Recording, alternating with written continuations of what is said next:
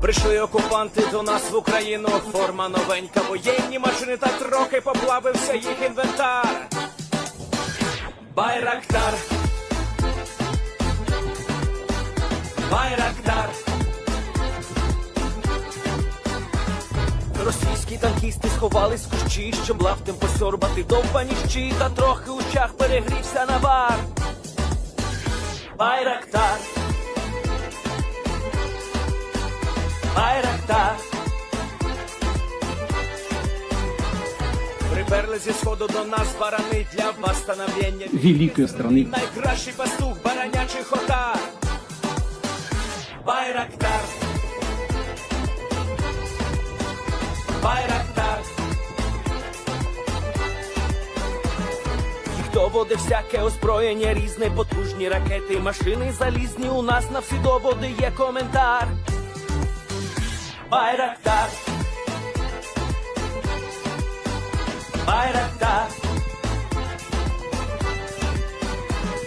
Вони захопити хотіли нас зразу, а ми зачаїли на орків образу з російських бандитів, робить примар.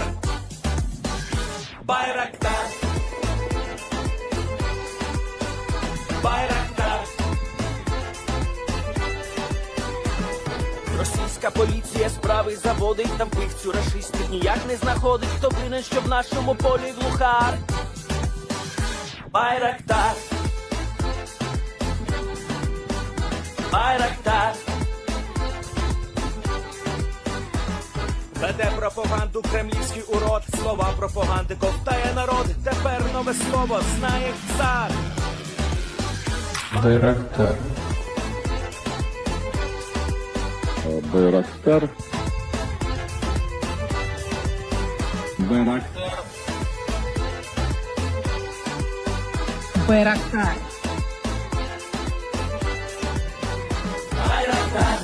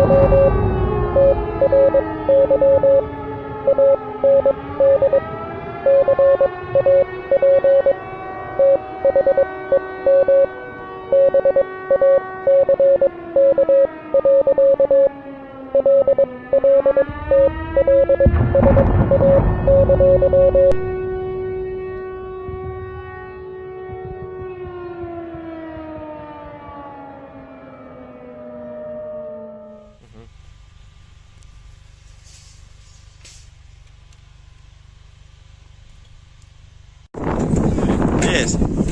The Leaf Spring Army sends its regards.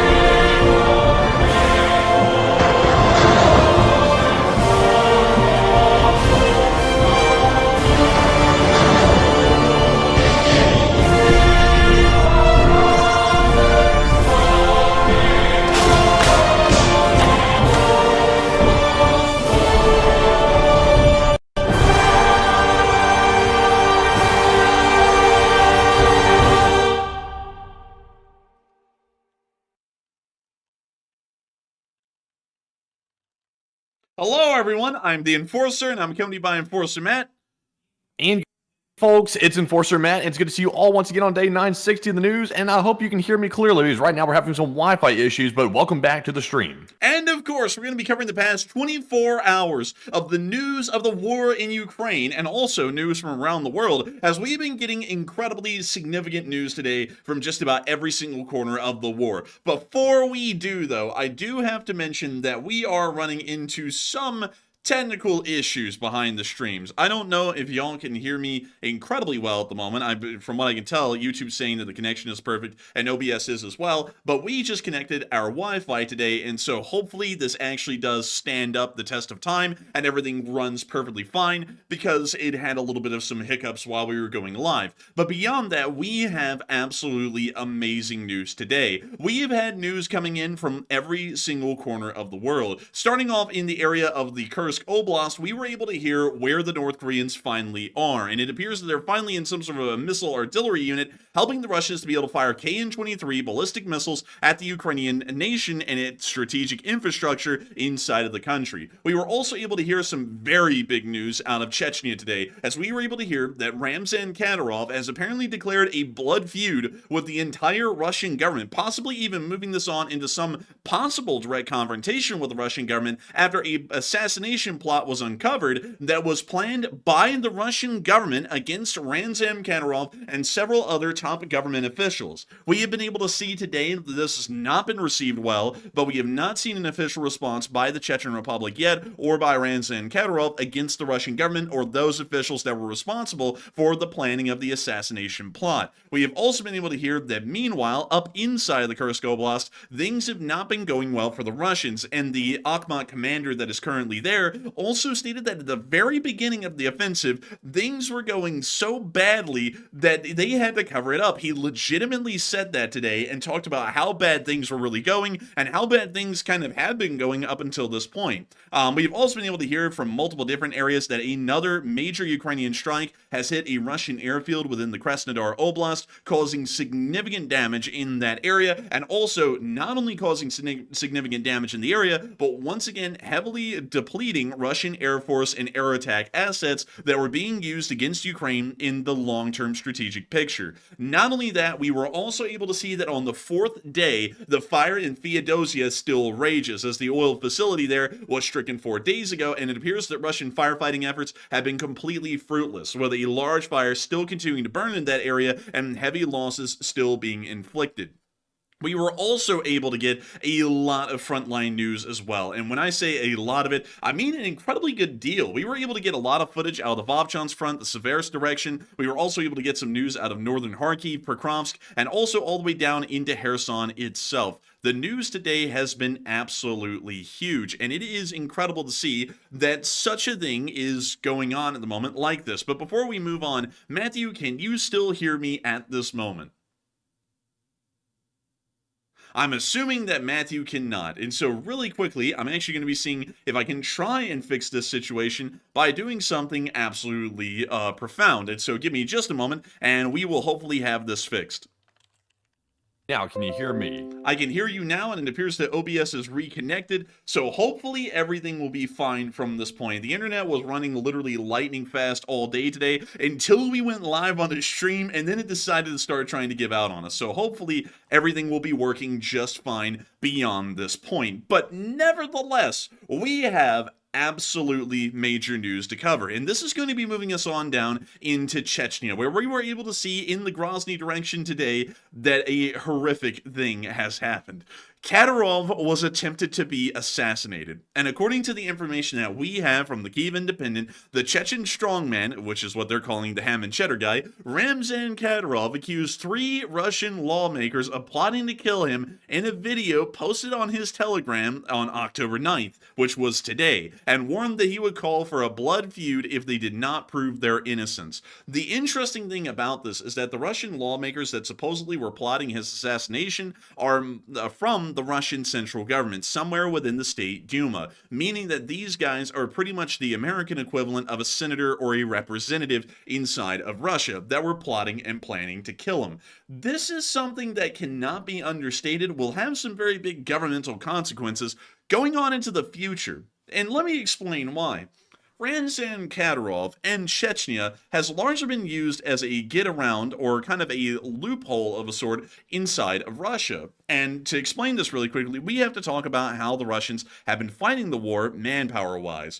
The Russians are always running out of manpower. That's largely something that is always going on in the background, and to have a endless supply of more men to throw into the meat grinder, they have to be able to find a way to get more recruits, or to at least get fresh blood into the army. Now, this has been a significant problem for quite some time because the Russian president, Vladimir Putin, or Putin, either way you want to call him, has declared that he will not be declaring a full mobilization of the population to fight this war. And so far, Putin has been trying to hold up this agreement with the public so that way public unrest doesn't just skyrocket out of control to a point that is completely unmanageable for anyone. So going off of that, and also really quickly, I want to make sure that once again things are running fine because it seems as though we're running into a lot of problems. Matthew, can you hear me still? I can still hear you. I think we're like going through like a small little bit of lag here and there, but we're doing pretty good. Man, I'm telling you what, man, the new internet was amazing until it had to be used. But beyond that, getting back into what I was saying, because I'm getting so distracted by the technical stuff, beyond that, Putin has been trying to figure out a way to circumvent the promise that he made to the Russian public on the conscription side of things, but also keep enough bodies flowing into the war that the Russians can actually survive. And this has brought him around to a very interesting solution, and that is to reach out to Chechnya, and also to try and get foreign volunteers. We have seen that the Chechens have started to represent a disproportionate amount of frontline troops in some areas of fighting, especially inside of Russia in the Kursk Oblast. The Chechens make up a large majority of the fighting force in between the directions of Korenivo and also Bolshoi Soldatskoy, and from Bolshoi Soldatskoy and further south, it appears that the 810th Naval Infantry Brigade then take over the task of holding that area of the front line. This is something that the Russians seem to find to be a pretty decent arrangement, and this is why it is. You see, with the Russians saying that they're not going to declare a full mobilization, that only applies to the areas of Russia that are an oblast, and that means that they are under the direct control of the Russian government. And I need to go show you all this map here, because this is one of the most important ones that I can show you all. So this is the Russian Federation. Now, the Russian Federation is a very interesting kind of an entity, because like a country with the United States, you have the United States, and then you have the federal government and the state governments. The federal government usually supersedes the state governments, but the state governments still exist as a semi-autonomous government separate from the federal government, able to do their own things and make their own decisions. Russia operates a little bit like this, but it's very different in practice. The Russian Federation is not a federal republic, it is a federation, meaning that it's made up of multiple different republics and states, along with a central state, that have all combined to create a singular federation. This map is actually showing y'all the different kinds of territories that exist within the Russian Federation.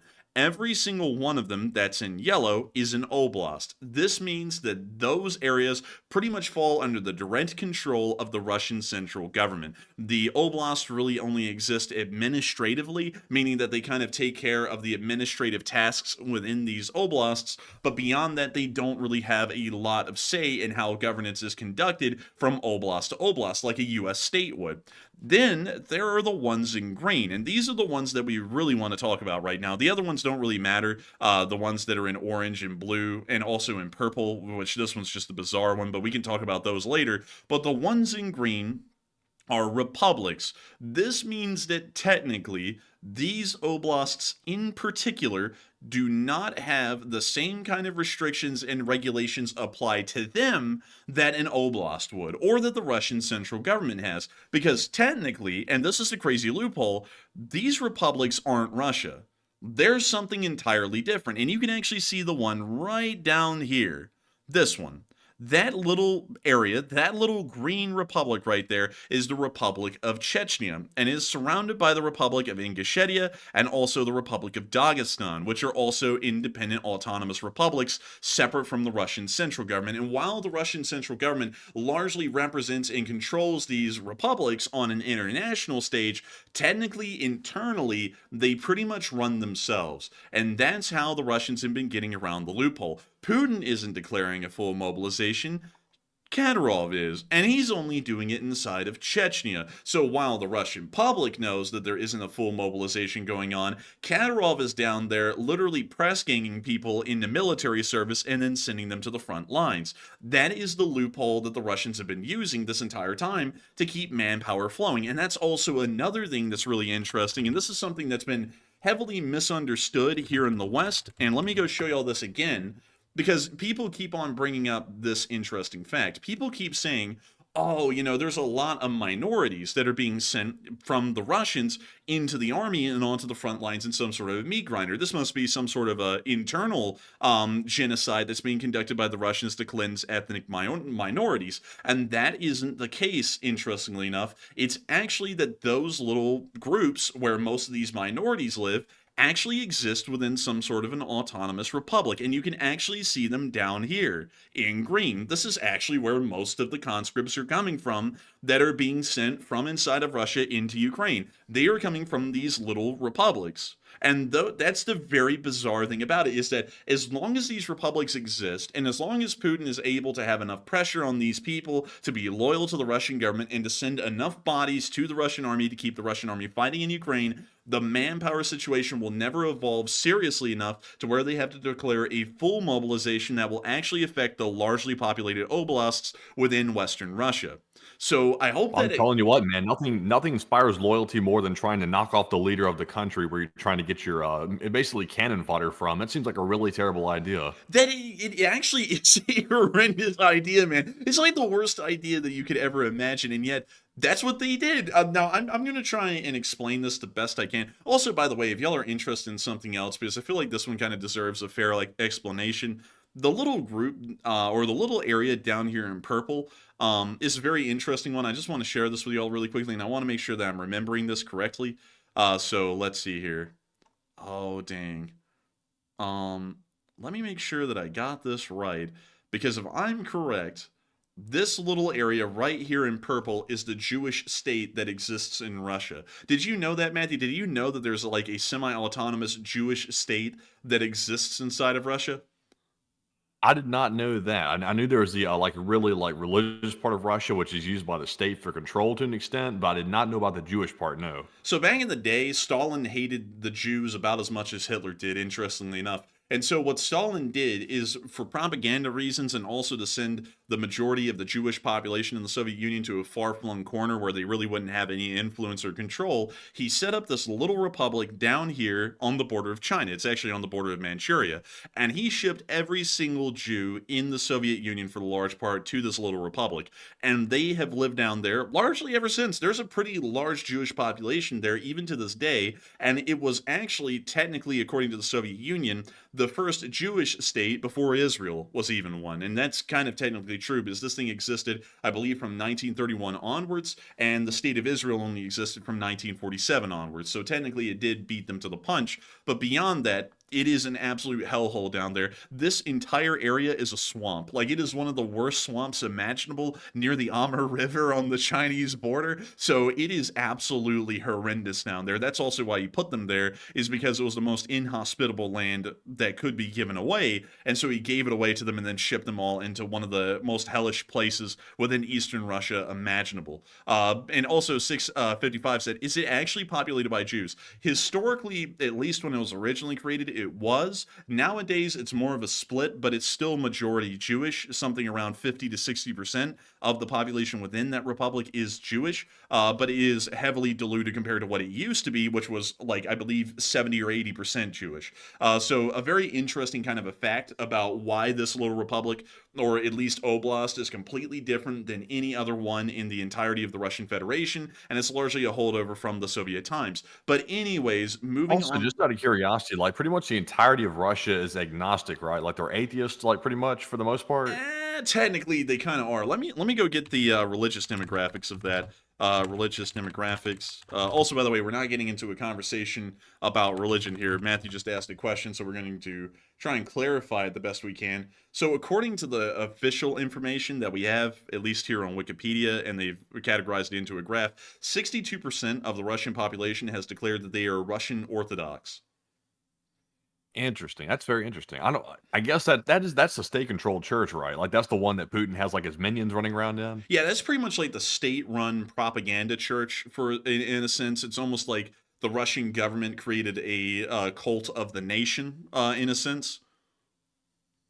Yeah, it's kind of weird because it's like the Judaism doesn't even pop up on the chart right here. Really, it looks like it must be under other religions or something like 1.4%. Yeah, it's a really interesting kind of a country with how the religious breakdown exists because Russian like there's a decent Russian Orthodox population, and then there's a decent Islamic population, which has historically always posed some very considerable issues in Russia, and also that's general, and also some people are going to be wondering, wait a minute, did you just like make a strike at Islam? No, I didn't. Generally, the Russian Orthodox Church in the Russian Empire would usually try and crush the Islamic peoples who lived in the Russian Empire. And so there was always a great deal of cultural and religious tensions that surrounded that. And then later on in history, we see that there's kind of an actual mix where the Russian government kind of respects and promotes Islam in certain areas of Russia while completely putting it down in others where they don't want it to exist. So it's a very segregated kind of a system religiously inside of Russia, at least from what we know. But also, a large amount of them do declare no religion, and some of them don't declare anything at all, even a profession of no religion. So, a very interesting thing to look at the religious breakdown because I think Ukraine is a really different. And also, let's see, religious demographics of Ukraine. There we go. And so, let me see if I can go grab this. So, let's see. Here, wait a minute, hang on. So 85% of Ukrainians denote themselves as Christian. 72% of them are Eastern Orthodox, but most of those are in the Ukrainian Orthodox Church, not the Russian Orthodox Church. 9% to the Catholic Church, and 4% are adherents of a Protestant church or another Christian movement. But the majority of Ukraine is Christian, while the Russian Orthodox Church is the majority church and Christianity is the majority. It is far less in Russia than it is in Ukraine. But still kind of an interesting little breakdown there to have nonetheless. But anyways, moving on from that little rabbit hole and getting on back into the whole reason why Chechnya is so important, it is because they are the loophole to Putin's statement that they're not going to be completely mobilizing inside of Russia. And now with this declaration that 3 Russian lawmakers in the State Duma were plotting his assassination, he has said if they do not prove their innocence, there is going to be a blood feud, meaning that he may actually start to conduct an open revolt or an uprising against the Russian central government if these lawmakers do not come out and prove their innocence, or if there is no disciplinary action taken against them by Putin. The situation is Man, getting... you know that he has no idea about Western standards. He said, "Come out and prove your innocence." It's like, well, if you know that they tried to assassinate you, why would you want them to prove their innocence if you already know that? I think he's just wanting Putin to do something about them before he's going to, so that way it doesn't cause like a huge comeuppance, because this is, at least on a diplomatic level in between the Republic of Chechnya and the Russian Federation, it is going to be a really big deal. These people, from what we understand, were completely unmitigated in their ability to just plan this assassination. It was somehow uncovered. We don't know how, and we don't know the exact details of it, but still, with him saying this, he is trying to say, there will be blood if something is not done to these people. Because he knows that they're not going to prove their innocence. The plot existed in black and white. It's been foiled. And so we'll probably see that something comes out of this here in the future, but we don't really know what. But still, we are going I'm to be... really surprised that Kadyrov's still living at this point, to be honest, because between the assassination attempts and also his failing health, like remember, he had some like really bad liver problems going on a short while back, and you could tell like his face was swollen, he was in foul shape, and he's actually still in that shape, really, from what I can tell. So the fact that he's still living is just a really, honestly, an unfortunate miracle at this point, because he is, of course, a warlord, but he's somehow sticking around. I don't know how they tried to assassinate him either, but they've been trying to get him for a while, and I think this time they were trying to get him. I think they failed again. So whatever the case is, like the fact that Kadyrov's alive is insane. It really is insane. He should be dead by now. But also another thing, I saw someone say a blood feud is when families go after each other. Yes, that is true. But the thing is that with this blood feud, it's not a normal blood feud. This is almost you can view this almost as a sort of a blood feud in between different noble families of Russia, because Russia largely does work almost like a feudal system, even in the modern day. And you have the lord of the Chechen Republic, or the lord of that fief, going after some of the high lords within the king's I guess you could say, diet or national assembly or parliament, which means that if the king of Russia, which is Putin, came to protect his higher lords within his council, which would be the State Duma members, this blood feud will evolve most likely into some sort of an actual conflict in between Ramzan Kadyrov and the Russian central government. And that's really the best way to look at this, because looking at it in a democratic sense doesn't make a lot of actual practical sense, at least when we're talking about Russia. It almost is really a medieval feudal system with how this is all going to work. But beyond that, we do have a video right here of Kadyrov actually talking about this today. And so let me show it to y'all while he's wearing this stupid sweater and looking absolutely zooted on something. Also, I like the copyright-free 1990s infomercial music they're playing in the background while he talks about these people who just made an attempt against his life. I love it. It's great. Wait a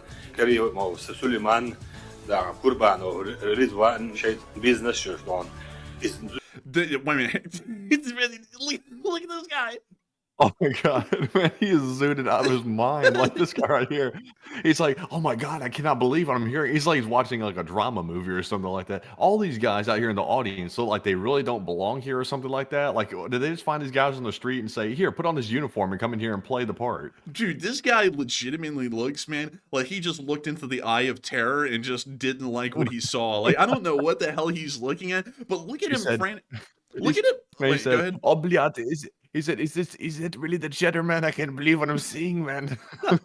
Dude, he's like, he's literally made of ham and cheddar? Dude, he's like freaking out down there. Watch him, dude. Watch him when the camera pans over to him. He looks like a Mr. Bean character, like he's like rapidly looking around the room and everything. Look at this.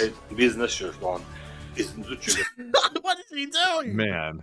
Also, Muammar Gaddafi was in the back of the room back there. Did you see him in that last shot? He was back there in like the third row. Back up some more. Back up a little bit extra. Let's see. There he is right there. Look, Muammar Gaddafi right there behind the guy who's very sleepy right here. The second from the, you see that guy on the right or the left right there? You see him? This guy? There he is. No, down one. There's Bro, Gaddafi. Look. No way. It's literally Gaddafi. Dude, Gaddafi It's never him. died. He just moved to Chechnya. Man, he's here. Man, he's here, man. Legit. He's actually here. Wait, hang on. Let's look at everyone else in the room because I didn't really take stock of anyone. Also, why the hell is he wearing... Okay, listen, man. This is one thing I have to put out here. All right, so... I, for one, I will tell you this. When Zelensky does visit America, I'm not a big fan of him addressing Congress in a sweatshirt. Like, I'll put that out there. But Russian propagandists take it to another notch, and they act like it's such a massive disrespect for anyone to wear less than a suit that the God Emperor of mankind would wear. Now, this is a little stupid of a propaganda take, considering that this guy is literally showing up with a sweatshirt, plugging his own Akhmat merch to his own, like, conference inside of Chechnya. That is a whole new level of stupid, and also this is poorly designed, man. Like, this is like the worst sweatshirt I've ever seen. This is something you would see like FaZe Clan put out or something like that on YouTube for a gaming channel. Man, it's like all these iron-on decals just on the sides of like the sleeves and stuff like that.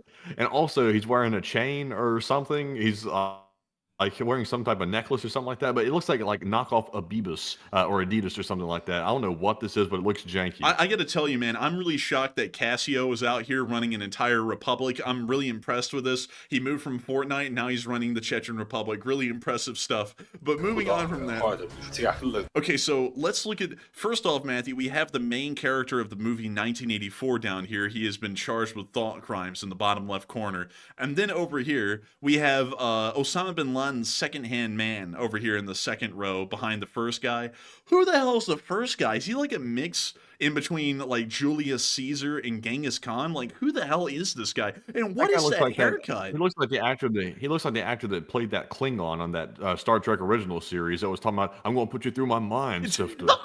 Dude, he really does. He really does. And then we got Muammar Gaddafi over there on the right side of the screen. Dude, this is a rough group.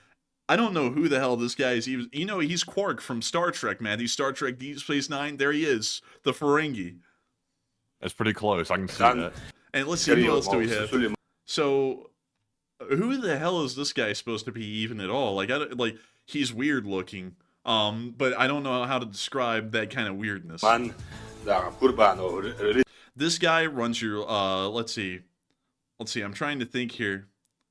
This guy I can't put my finger on it. I can't put my finger on it, but he looks, man, honestly, he looks like he would run like a record shop, man. Like he would run a tow truck or something. I'm not going to lie. He looks like Bubba. He looks like the dude out of the textbook when they go back to history and stuff like that, and they're like, "This is the medieval era," and this guy's picture is next to it. Dude, he's got that peasant phenotype coming on out here running a military group. Oh, I'm telling you, man. Man, and then we got one of those 7 dwarves over here on the right side of the screen. Over like with the milk dud head. We got that over here. I just like how we're roasting the hell out of this group while they're in here literally like basically sobbing or upset about the fact their leader got killed. We're in here roasting their whole group. Like, look at this ugly mug over here. Man, and then you got back here, we got Mr. Beard, and we got Duck Dynasty back here, the Duck Dynasty wannabe. And we got the tweaker up here. Really seeing horrors beyond his comprehension. And then we got the council, man. You know, Matthew, you know who this guy looks like? Who's that? Oh my lord, man. He looks like that freaking actor from Oliver Cromwell or whatever. Hang on, let me go. King Charles movie Cromwell. Let me see if I type that in and I can find that. Hold up. I've got to go find this. Dude, no way, man. I think this is close. Like change the hair color on his face to white. He looks like this. Oh yeah, man, he kind of does. I can kind of see that. Bro, he's about to sit there and go, I do not recognize the authority of Cromwell or something like that. It's like, dude, this man's out here. This man's out here in a high Renaissance movie.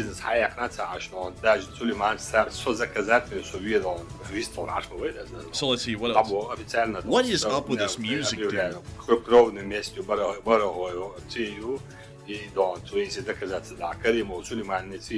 So let's skip it a little bit. Okay, so he's really just yapping, honestly. Like whatever the hell he's saying at this point, it's like, dude, you almost got allegedly assassinated. It's like, what are you doing out here just yapping to these this crowd of pitiful folks? Man, he's literally got an entire room captive to his yapping. Like, it's so sad. But beyond that, nevertheless, to skip past roasting every single person in the room individually, which we could do, this was something that was pretty big today. We do not know how this is going to go. We assume that there's one of two ways that this will go. Either the Russian lawmakers will be held accountable for their attempted assassination plot by Putin, or Putin will try and protect them, and then we'll see that some sort of an open revolt starts to occur by the Chechens. We don't know which way this will go. It really depends on how Putin wants to play it out, but still a pretty interesting thing nonetheless that we're seeing. And a lot of people are starting to talk about what will happen with Chechnya going on in the future, considering this bombshell statement that was made today. And Ramzan Kadyrov has said, to keep this in mind, that Russian ministers tried to kill him, and he is going to announce a blood feud against these people if they are not held accountable, or if they find a way to paint a story where they're innocent. And a lot of people have been weighing in their thoughts on this and what Chechnya might be doing here in the near future. Some people are saying that Chechnya might actually turn on Russia, and that this may turn into a full-blown confrontation with the Russian central government as they attempt to protect these Duma members. Some others are saying that it seems serious, but they need a little bit more info. Some are saying that it's just a minor disagreement, and some people are a little bit unsure and undecided, but it still is a fairly big occurrence that we've been hearing about today. And Matthew, what are people thinking about this, and what are you thinking about it as well? All right, so now that we've heard today that Kadyrov has been yapping about how allegedly some Russian ministers banded together in the Russian lawmaking assembly apparently and decided they're going to go out there and eliminate Kadyrov and get rid of him for some unknown reason. Now Kadyrov's saying that he's announcing a blood feud, which was allegedly ended in Chechnya a long time ago, back in 2010, but now he's bringing back the blood feud because why not? So what are your thoughts? 57% said Chechnya might turn on Russia, while 17% said it seems serious, but I need some more info, and another 17% said it's really just a minor disagreement. And on this one, I must admit, it's a little difficult to tell which direction this is going to take, because of course, announcing a blood feud against Russian ministers, that of course takes on somewhat of a like civil war type of component, to, at least in my opinion, it does. So in my opinion, I would say it has the potential to be serious, but really without more time to go by to see what this is going to really turn into, it's really hard to predict that in the future. So right now, I'm going to be with the 17%. It looks like it's probably just a minor disagreement. Kadyrov's going to keep yapping about it for a little while and it'll probably go away, but it could turn into something. But Enforcer, what say you? I would have to say it may turn into something. We're not entirely sure yet, and I hate to say that I'm unsure, but we're going to have to see how the Russian government goes around this thing. they can either hand over the lawmakers to Kadyrov, and that will avoid this entire situation altogether, or they could try and protect them, and then we'll see that there's going to be some sort of an open blood feud, or that Chechnya turns against Russia here in the future. That's what we're going to have to kind of wait and see, and we haven't seen what the Russian government is actually going to do in response to this to figure out what's actually going to go down. So at the moment, I would have to be a little bit unsure and undecided, but this is certainly something that's going to be putting the Russian central government on pins and needles for a pretty good while. But speaking of pins and needles, one thing that certainly doesn't have a lot of pins and needles is North Korea, largely because they do not have the manufacturing ability to produce pins and needles. You can fact check me on that and you'll find out I'm right. But beyond that, moving on over into the Kursk Oblast, we were able to finally figure out where the North Koreans are. We have found it out. We have cracked the code. We have finally gotten information as to where the North Koreans actually are at the moment. And according to the information that we have, they are currently working within the long-range missile artillery units of the Russian Federation. The Guardian today reported that North Korean military engineers, once again showing that an engineering brigade has been sent to the area around Ukraine, are supporting Russian forces in Ukraine by assisting with the launch of KN-23 short-range ballistic missiles. Now, this is something that is fairly interesting. The KN-23 is actually the North Korean version of the Iskander. This is something that is incredibly interesting because technically this means, from what we would know, while the wordage is saying that they're assisting or supporting Russian forces by assisting with the launch of the missiles, the KN-23 or the Hwasong-11 is a North Korean-made missile through and through. You can actually see one being launched here on North Korean state television in a test firing drill. This means that the North Koreans have actually shipped over an entire missile artillery brigade that technically is an engineering brigade, but probably heavily supplemented or reinforced by a missile artillery unit that was attached to it, and it has been sent into Russia to be able to conduct launches of their version of an Iskander onto Ukraine. This means that the story that we've been getting about these Korean forces is entirely changed. They are not a frontline fighting unit, and so we will never really be able to see the Ukrainians engage and destroy them on the open battlefield. It seems as though the North Koreans are being brought in as some form of auxiliary support or some form of long-range heavy fire support for the Russian Federation, greatly alleviating that side of the supply concerns for the Russians and really leaving that to the North Koreans. This also completely removes the risk of a large amount of North Korean soldiers being lost in this conflict and dying on Ukrainian soil, as most of these forces are going to be far enough behind the lines that any kind of counterfires conducted by the Ukrainians wouldn't really be able to reach them or even pose any serious damage to these vehicles. This is something that is incredibly wild. I cannot put that out there enough. And I'll also read all the rest of what we have because it adds just a little bit of extra detail, but I've kind of already included this. These engineers are working behind Russian lines, helping to maintain and operate missile systems aimed at Ukrainian targets. The KN-23 missiles, similar to Russia's Iskander, are a key part of this cooperation, and North Korean personnel are likely involved in both technical support and training.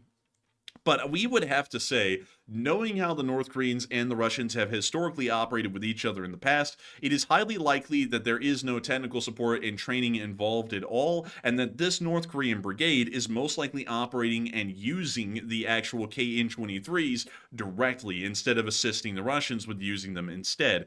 Another thing that's really interesting about that, and I have to put this out there, the KN-23 and the Iskander are very similar to each other. It is not really that different. It has almost the same kind of trajectory. It pretty much has the same kind of firing systems and fire computers because, once again, it's largely inspired and produced off of a Russian design. And this means there really isn't a lot of training that would be required for the Russians to be able to field this thing. In fact, it would be minimal. And according to all information that we have, an entire North Korean engineering brigade has showed up in the area and is currently operating there. 3,000 to 5,000 training personnel sent from North Korea in the form of an actual brigade is incredibly bizarre, and it is not showing that they would be training anyone. It shows that they would be using the weapons themselves. And so it really does beg the question, what the hell are the North Koreans doing? Are they actually involved in firing off the KN-23 missiles or the Hwasong-11s, or are they more so assisting and supporting the Russians in being able to fire these things off? Or is it both of them at the same time? Are they training the Russians how to use them and also using them themselves simultaneously? And a lot of people have been putting in loads of input on this, and it seems as though a lot of people are believing it's really honestly a mix of both, with the North Koreans using and training the Russians on how to use them as well. And so, Matthew, what are people thinking about this, and what are you thinking about it as well? All right, so very interestingly enough, we've actually got conflicting information about what the North Koreans are currently doing inside of Ukraine. The only thing we know for a fact at this moment is the North Koreans are inside of Ukraine in some capacity, fighting for the Russians, or at least assisting the Russians, but right now it's a little bit up for debate exactly what they're doing there. We have heard a report today that they are just in engineer roles, meaning they're behind the lines helping maintain missiles and also firing them as well. And we're also hearing from South Korea, from their intelligence agencies, that they are actually actively involved as soldiers on the front line, and they're fighting and dying on Russia's behalf. So right now we really don't know. So are both likely, or is it either or? So about 72% said yes, the North Koreans are serving as both soldiers and also engineers, while 10% said no, it's only the engineer roles, and 8% said it's only the soldier roles. So on this one, I would have to say I'm actually with the 73%. I would tend to believe that it's probably some truth to both of those reports. The South Koreans having very good intelligence on the North Koreans, I would say they have no reason to lie about them being soldiers on the front line in Ukraine, and I would tend to go with what they're saying on it. Now, I'd also tend to believe that they're probably serving as support roles as well, because as we know, a lot of North Korean equipment has been sent to Russia to use on the front lines in Ukraine as well. So there's probably a need for both soldiers from North Korea and engineers as well. So I'm with the 72%. But Enforcer, what say you? I would have to say that, in my opinion, it probably is a mix of both. There's probably a training unit that has been attached to this brigade that has been sent into Russia to help train the Russians with how to operate and fire off these missiles. But it's most likely a large part of missile artillery that has been sent by North Korea and is currently operating inside of Russia. And to be able to confirm that, it's going to take a lot. I mean, it's going to really honestly take a load of information and details to be able to confirm that the North Koreans are actually firing these things off. Because y'all have to remember that the KN-23, while being called technically a short-range missile, isn't really that short range. And let me make sure to get y'all the operational range of this thing.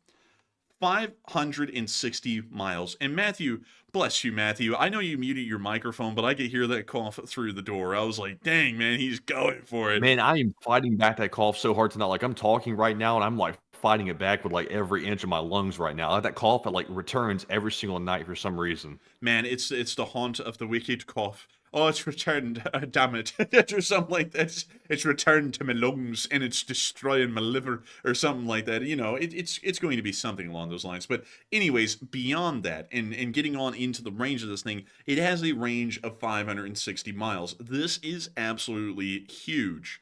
I cannot state enough how big this really is. The range of this thing can literally reach almost all the way across Ukraine. And let me show y'all that really quickly. So let's say they're firing from Beluki. Let's just say it's from there. So 560 miles means that this missile can pretty much reach Lviv, firing in a straight arc from that area of the Russian border.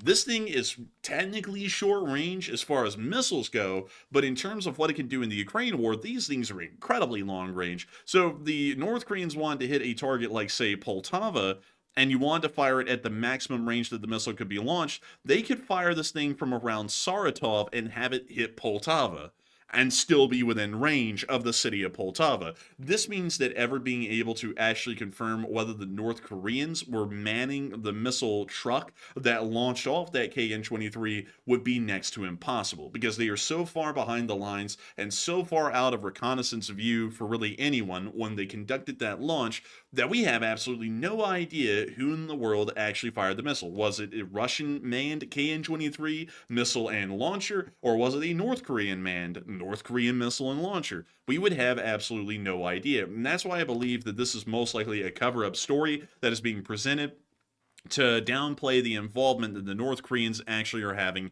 in this war. Another thing that I would like to throw out there for y'all is that this is most likely a test to see how well the North Koreans could field a brigade like this inside of Russia, be supported and supplied materially by the Russians, but also save the Russians the time and resources along with manpower to have to field one of their own missile artillery units and instead turn those into frontline fighting units that would be pushed into the meat grinder inside of Ukraine. That's probably what's being tested out with what the North Koreans are currently doing, and I have a feeling that that probably will end up being true as time goes by. But nevertheless, this is an incredibly interesting occurrence, and it's really leading us to believe that the North Koreans are probably going to be getting a lot more heavily involved in the war, especially considering that the amount of casualties that they will ever sustain will be marginal at best, if any at all. But moving on from that and into the Kursk Oblast, speaking of what's been going on inside of Russia today, we've also been able to hear something very interesting by Ramzan Kadyrov's right-hand man.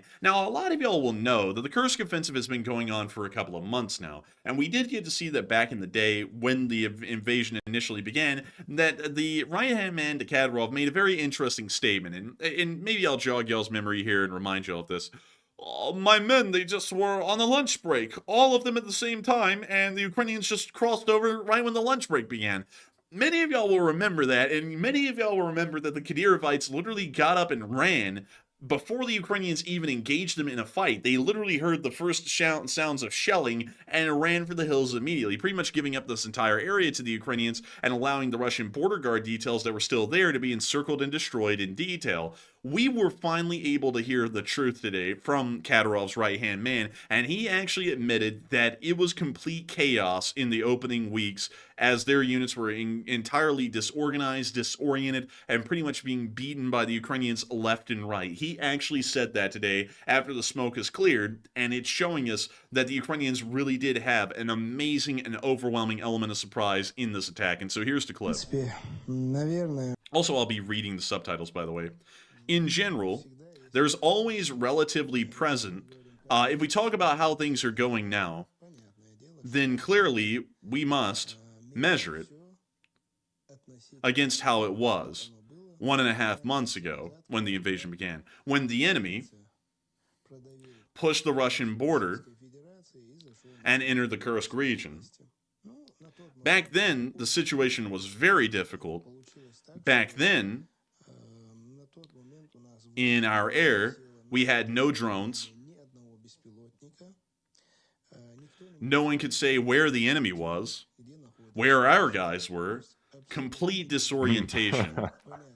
And so right there, really quickly, I want to put this out there. Right there, he just admitted when the Ukrainians crossed the border, everything literally broke down immediately. No one was communicating with each other effectively. No one even knew how quickly the Ukrainians were advancing. Multiple units were overrun. Multiple units were overwhelmed. And he's saying that now because things are once again looking a little strenuous in the Kursk Oblast. And he's going, well, it's not as bad as it actually was back in the day, because we didn't tell you all this, but the Ukrainians were literally steamrolling everyone in the opening days because our forces were doing that badly. So pretty interesting.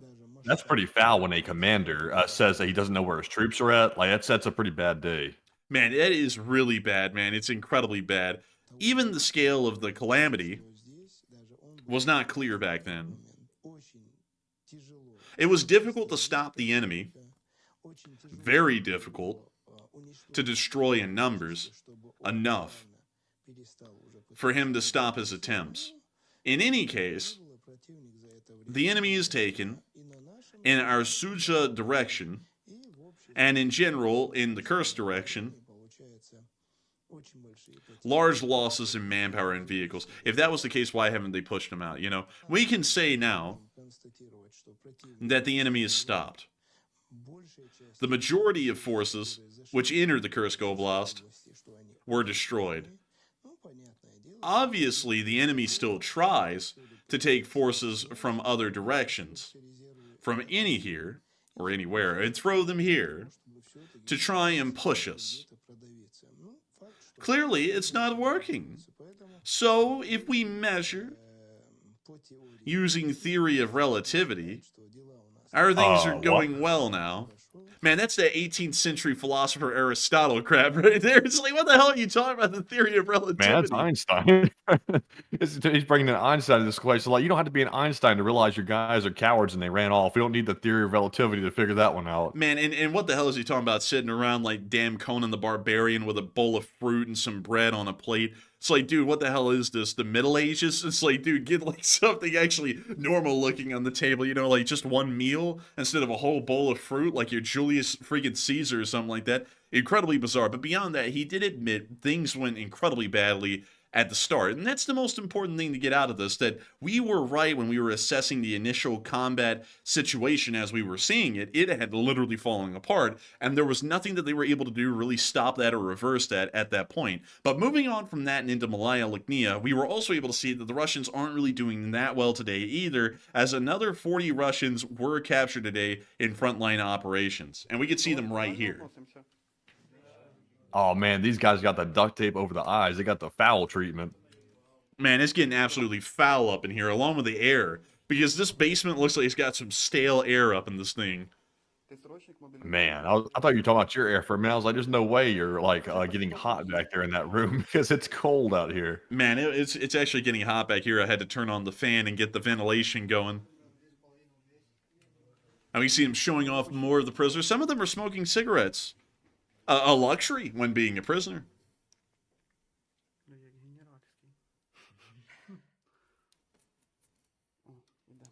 You see this guy holding a napkin with his hands bound.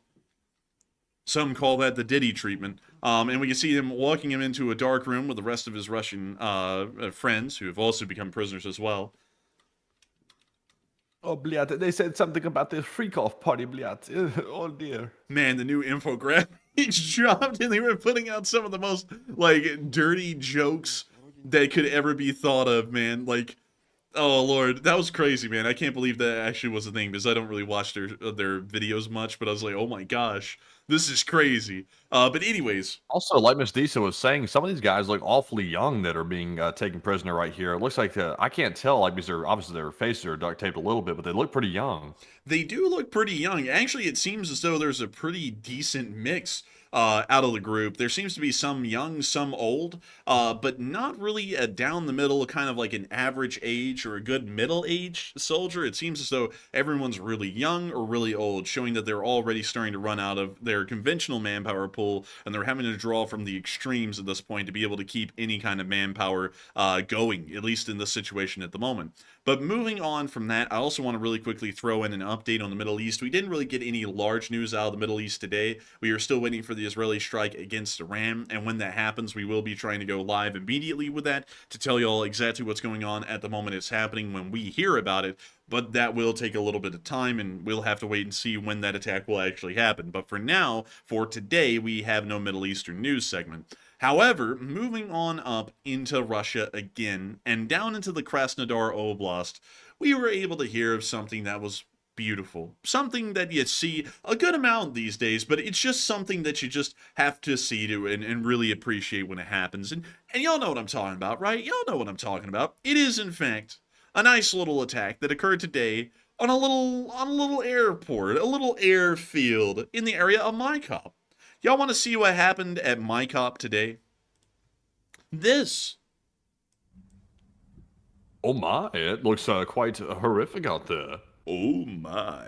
And it was huge. I mean, it was absolutely massive. From what we understand, the airfield was attacked by Ukrainian drones. It ended up setting on fire a large amount of the logistical and support structures used to operate the airfield. And you can also see secondary explosions still going off down there, but very briefly because the black smoke is covering it so quickly.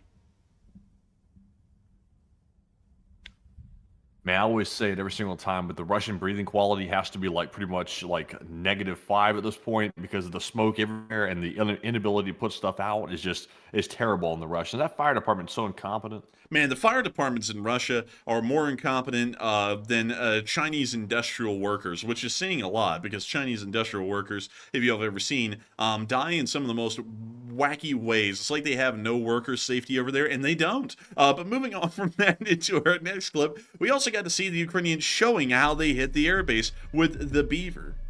There it goes. The Beaver is on its way. And Big there's the hit. reverb. Oh, and here comes another one. Oh, and they got it dead on the nail. Look at that. Oh, big boom. Very nice. Oh my lord. They hit something nuclear over there.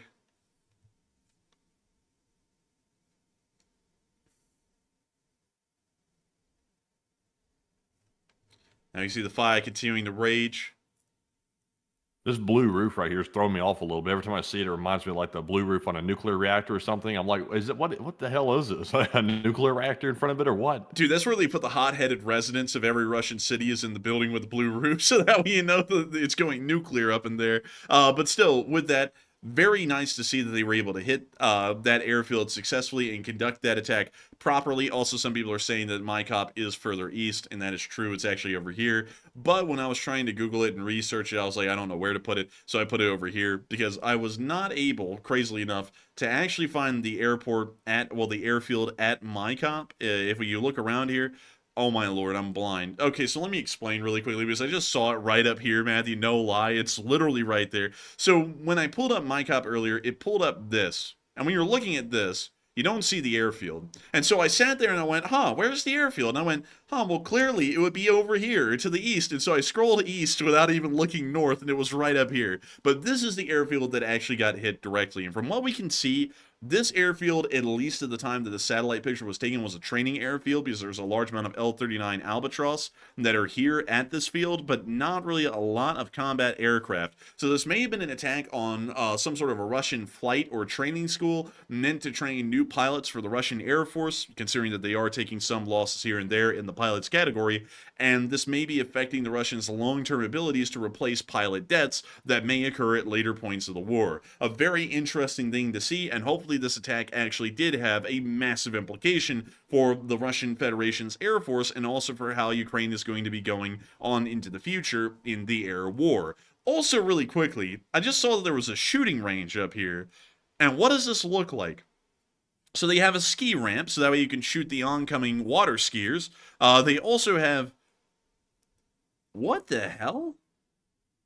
Is that showing you how to fix, like, wait a minute, are they showing you how, like, not to get your finger stuck in the chamber or something when you're racking the gun? No. They're showing you where to put your finger on the trigger to be able to get a more accurate grouping.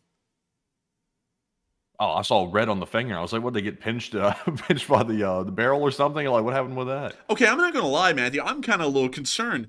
Because, hear me out on this one, Matthew. Aren't you supposed to learn how to shoot a gun before you're on the firing line about to shoot it? Why in the world do they have a giant infographic up in front of you, literally guiding you step by step on how to fire the pistol after you're literally shooting it? I don't know. I was looking out in the distance, though, because I was, like, looking at this poster. I was like, that's interesting. But I was looking at the targets. Are they shooting at soda? They are shooting at metal targets. Those are little metal targets out there. The yellow part is like a torso. Oh, it looked like little bottles of, like, orange Fanta or something on the table. I was like, are they shooting at Fanta bottles? Like, what the hell's up with this? Man, somewhere out there in Russia, you've got Hila Bliet Kak 45. Today we're going to smoke a pat, Bliet. Or something like that. It's like, dude, it's literally him. But let's see. We got a helicopter. Helicopter. He doesn't look very qualified for some reason. I don't know why, but just looking at that fella, he looks like he's a little not very confident. Yeah, and considering that this guy is still trying to rent it off of Hertz, I have a feeling they're not qualified to fly the helicopter. We also got this guy shooting skeet, which is what it is. We got the shooting range again. Then we got the water skiers. They shoot at them for fun. What else do we have here? That's it. Just a helicopter, the shooting range, and the water skiers all in the same spot.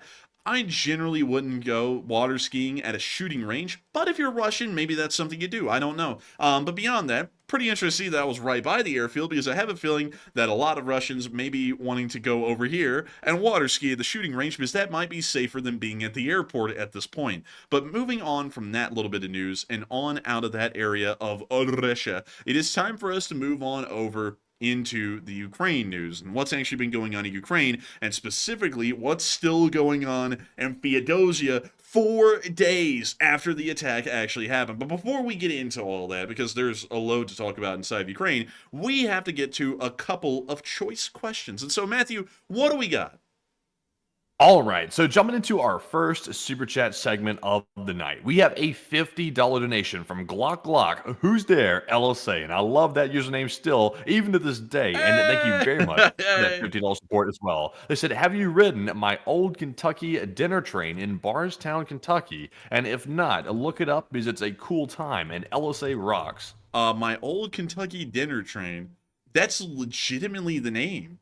Like, I thought you were kidding about that. I thought it was just like my old Kentucky dinner train, but that was just like the joke is that it's kind of like in the backwoods of where you may be or something like that. But still, it's literally called that. Where in the world is this? So it's up near, so it's, south of Louisville, Kentucky, or Louisville, Kentucky, whichever way you want to call it. So, huh. That's actually pretty Oh cool. wow, that looks really tasty. Actually, I'd like one of those. And look, they made like a little track below it, stuff with the like the strawberry jam. Yeah, man, with the sauce, man. They made a railroad track with the sauce. You don't want to drive a train drunk though. But let's see here. Um, that is a really well preserved F7. Never seen this one before. But that is incredibly nice. I actually like the paint job on this thing too. It kind of reminds me of Alabama of the football team. But let's see here. What else do they have? So they actually, dude, they actually have well maintained a lot of this. Look at this, dude. This is actually nice.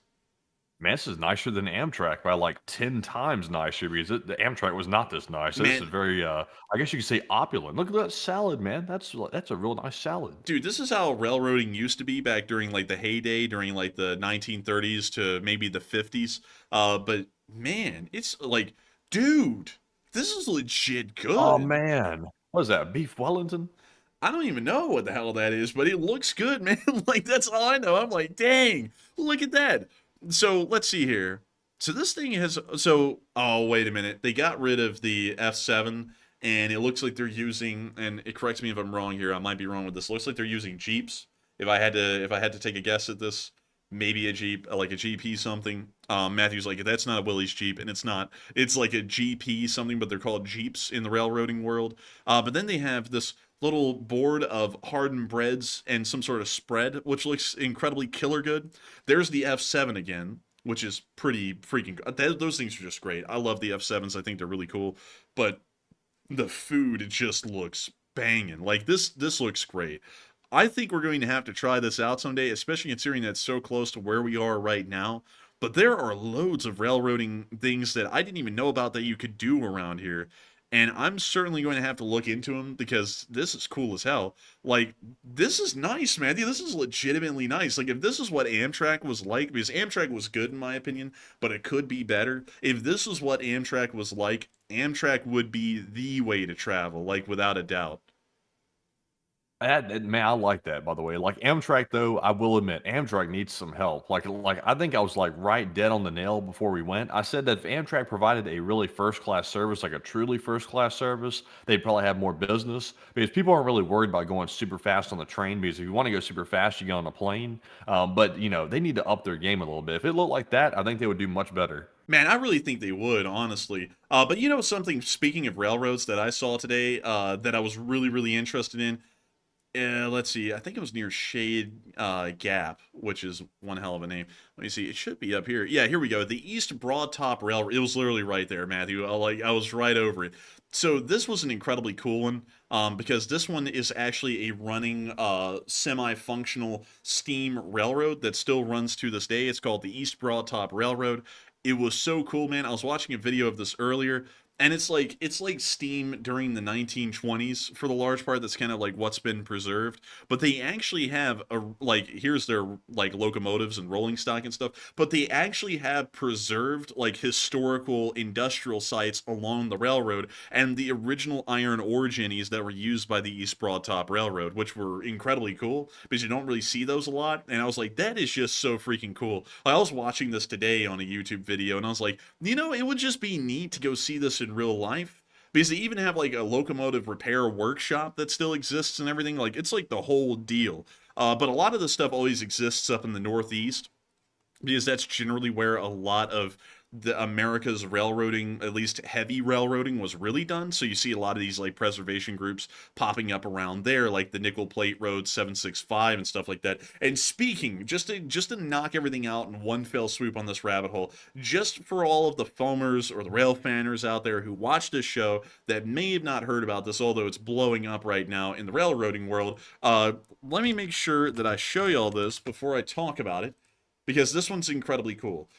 The New York Central 3001 right here is actually going to be preserved by the same group that has preserved and restored the Nickel Plate Road 765, and they are actually going to make this the only restored and running Mohawk out of the entire New York Central system, fleet that still will be running to this day. It is huge news that this is happening because there are very few Mohawks. They're very rare. And the fact that they're actually going to restore one and get it into running, working order, that is incredibly cool.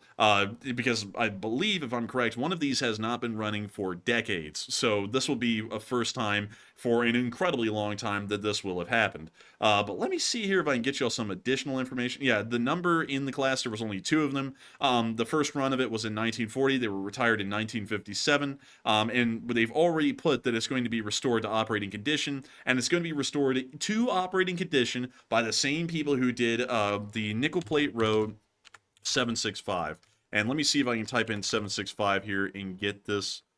Let's see. Oh man, I'm just gonna have to type it in. Nickel Plate Road 765. There we go. Many of y'all will know this one because this is pretty much the Polar Express train. Like if you know a train, it's probably this one. This is like one of the most famous ones out there. And maybe you've seen it before, Matthew. No, I've never seen this one. And I'll be honest with you, once you get into this level of old train, they all look the same to me. Like I can't tell them apart. What? Dude, this thing is sick looking, man, to me. I think if I'm correct, it's some kind of a... It's not a northern, it's really close to a northern, and some of y'all can probably help me out with this. It's not it's a 284 wheel arrangement, if I remember right. So it's really, really close to being a northern. It's got like a huge firebox. It's got loads of drivers, but I cannot remember the exact classification of this thing. And what the hell is it called? It is what is it? Let's see. It's a Berkshire. It's a Berkshire. I don't know why I forgot Berkshires, but yep, that is a Berkshire.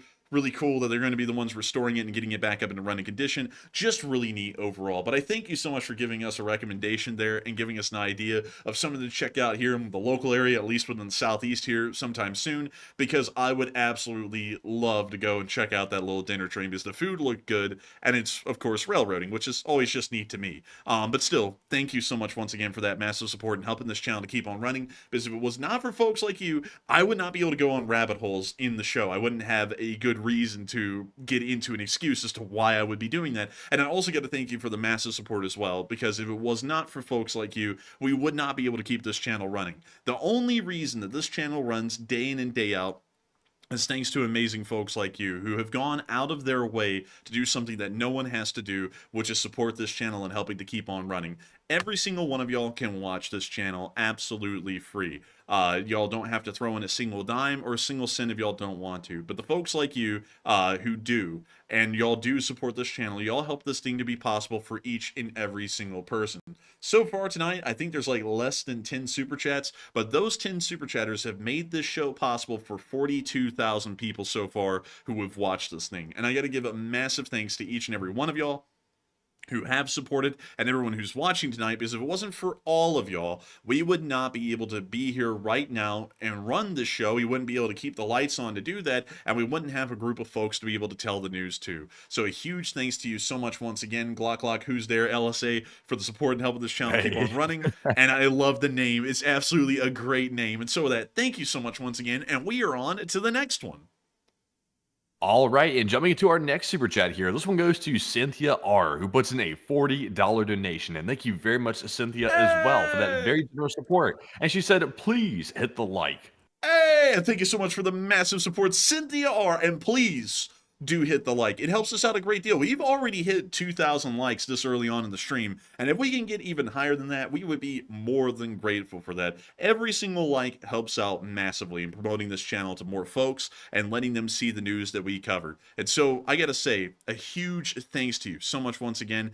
I just hope that does address that incredibly well, Cynthia Arby's. You've been here forever, and I got to thank folks like you for always being around and always supporting the Lee Spring Army and all of its endeavors and efforts, because if it was not for folks like you, we wouldn't be able to be here right now getting to do this very thing. And so thank you so much once again, and please do hit the like, everyone, if you are enjoying this. And with that, Matthew, we are on into the last super chat of this segment, and then we're going to be getting on into the rest of the Ukraine war news. All right, and the last one of the super chat segment here is going to go to BC Skyman, the absolute channel legend, who puts in a $50 donation. And thank you very much, BC, for always supporting the channel through and through, and we appreciate it very much. And sadly, though, I do not see a comment attached, but BC put in the traditional super sticker of the YouTube hippo jumping out of a gaming chair and jumping into some mech armor, I think it is. But thank you very much, BC, for that very generous support and helping to keep us running. And enforcer, what say you? And I gotta thank you so much for the massive support, BC Skyman, and the 6 sticker. I gotta say, that is a really cool, and I gotta thank you so much once again for support and helping this channel to keep on running, because you are the old guard of old guards. If anyone has been here with the LSA for such a long time, and we've been able to get familiar with them being here every single day for the most part, except for the hunting trips, it is you, BC Skyman. And I gotta thank you so much once again for being here tonight and supporting this channel and helping us to keep this thing running and helping it to be possible, because if it wasn't for folks like you, we wouldn't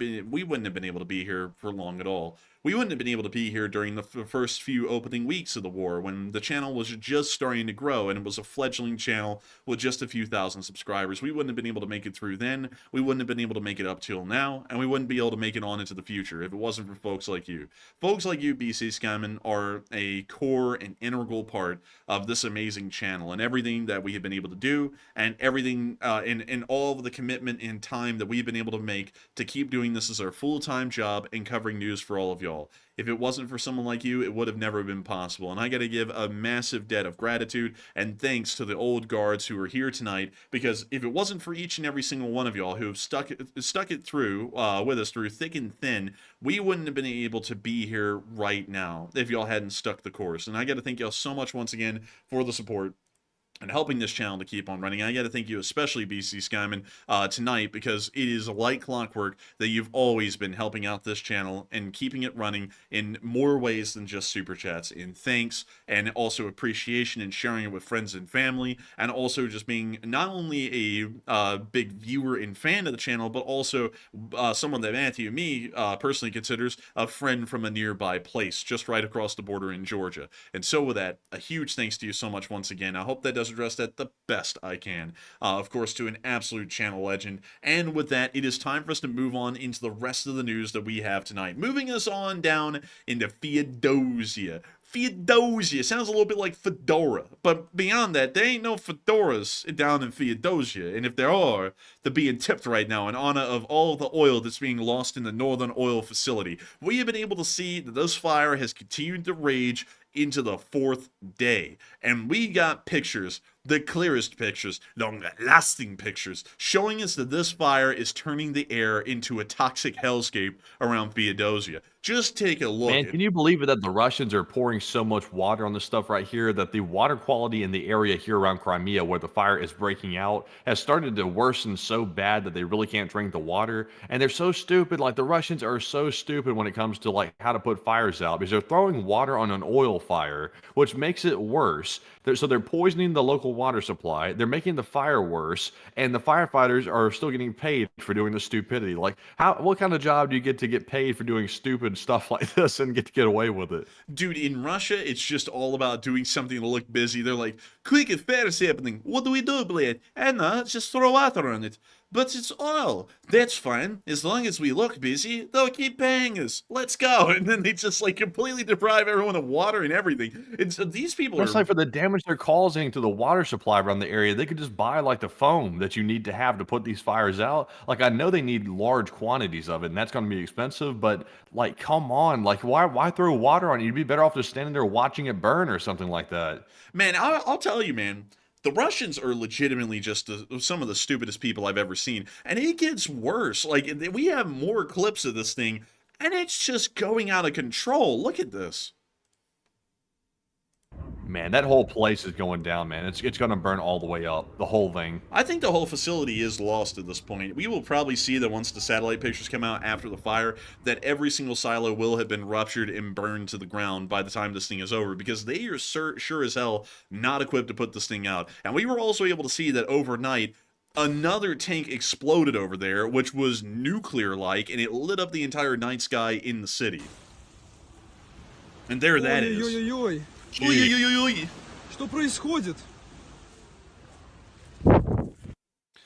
It's just terrible. I mean, like, if you're anywhere in Russian-occupied territory, get ready for absolute shenanigans, because they just don't know what the hell they're doing, even on the level of firefighting. It's insane to see this kind of stuff, but still, it once again shows that the Russians are losing a precious amount of fuels, and they'll probably be suffering greatly because of this on in the future, at least in the strategic outlook. But still, a lot of people have been talking about NATO, and NATO will begin nuclear exercises in Europe here very soon, but it insists it's not a response to Russian threats. It's simply just a nuclear exercise, like many others. You gotta stretch those nuclear hamstrings here and there, lest they become old and frail, and weak and feeble. But beyond that, a lot of people are, kind of believing that this is more so a response to what the Russians have been doing, and that this nuclear drill is supposed to be sending a message to them that much like the Russians are nuclear armed and ready, the West is always nuclear armed and ready, and not only that,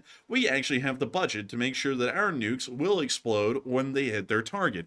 But a lot of people have been talking about this, and it seems as though a lot of people are believing that NATO has lied today, and they're actually going a little bit more balls to the wall than people could imagine. So Matthew, what are people thinking about that, and what are you thinking?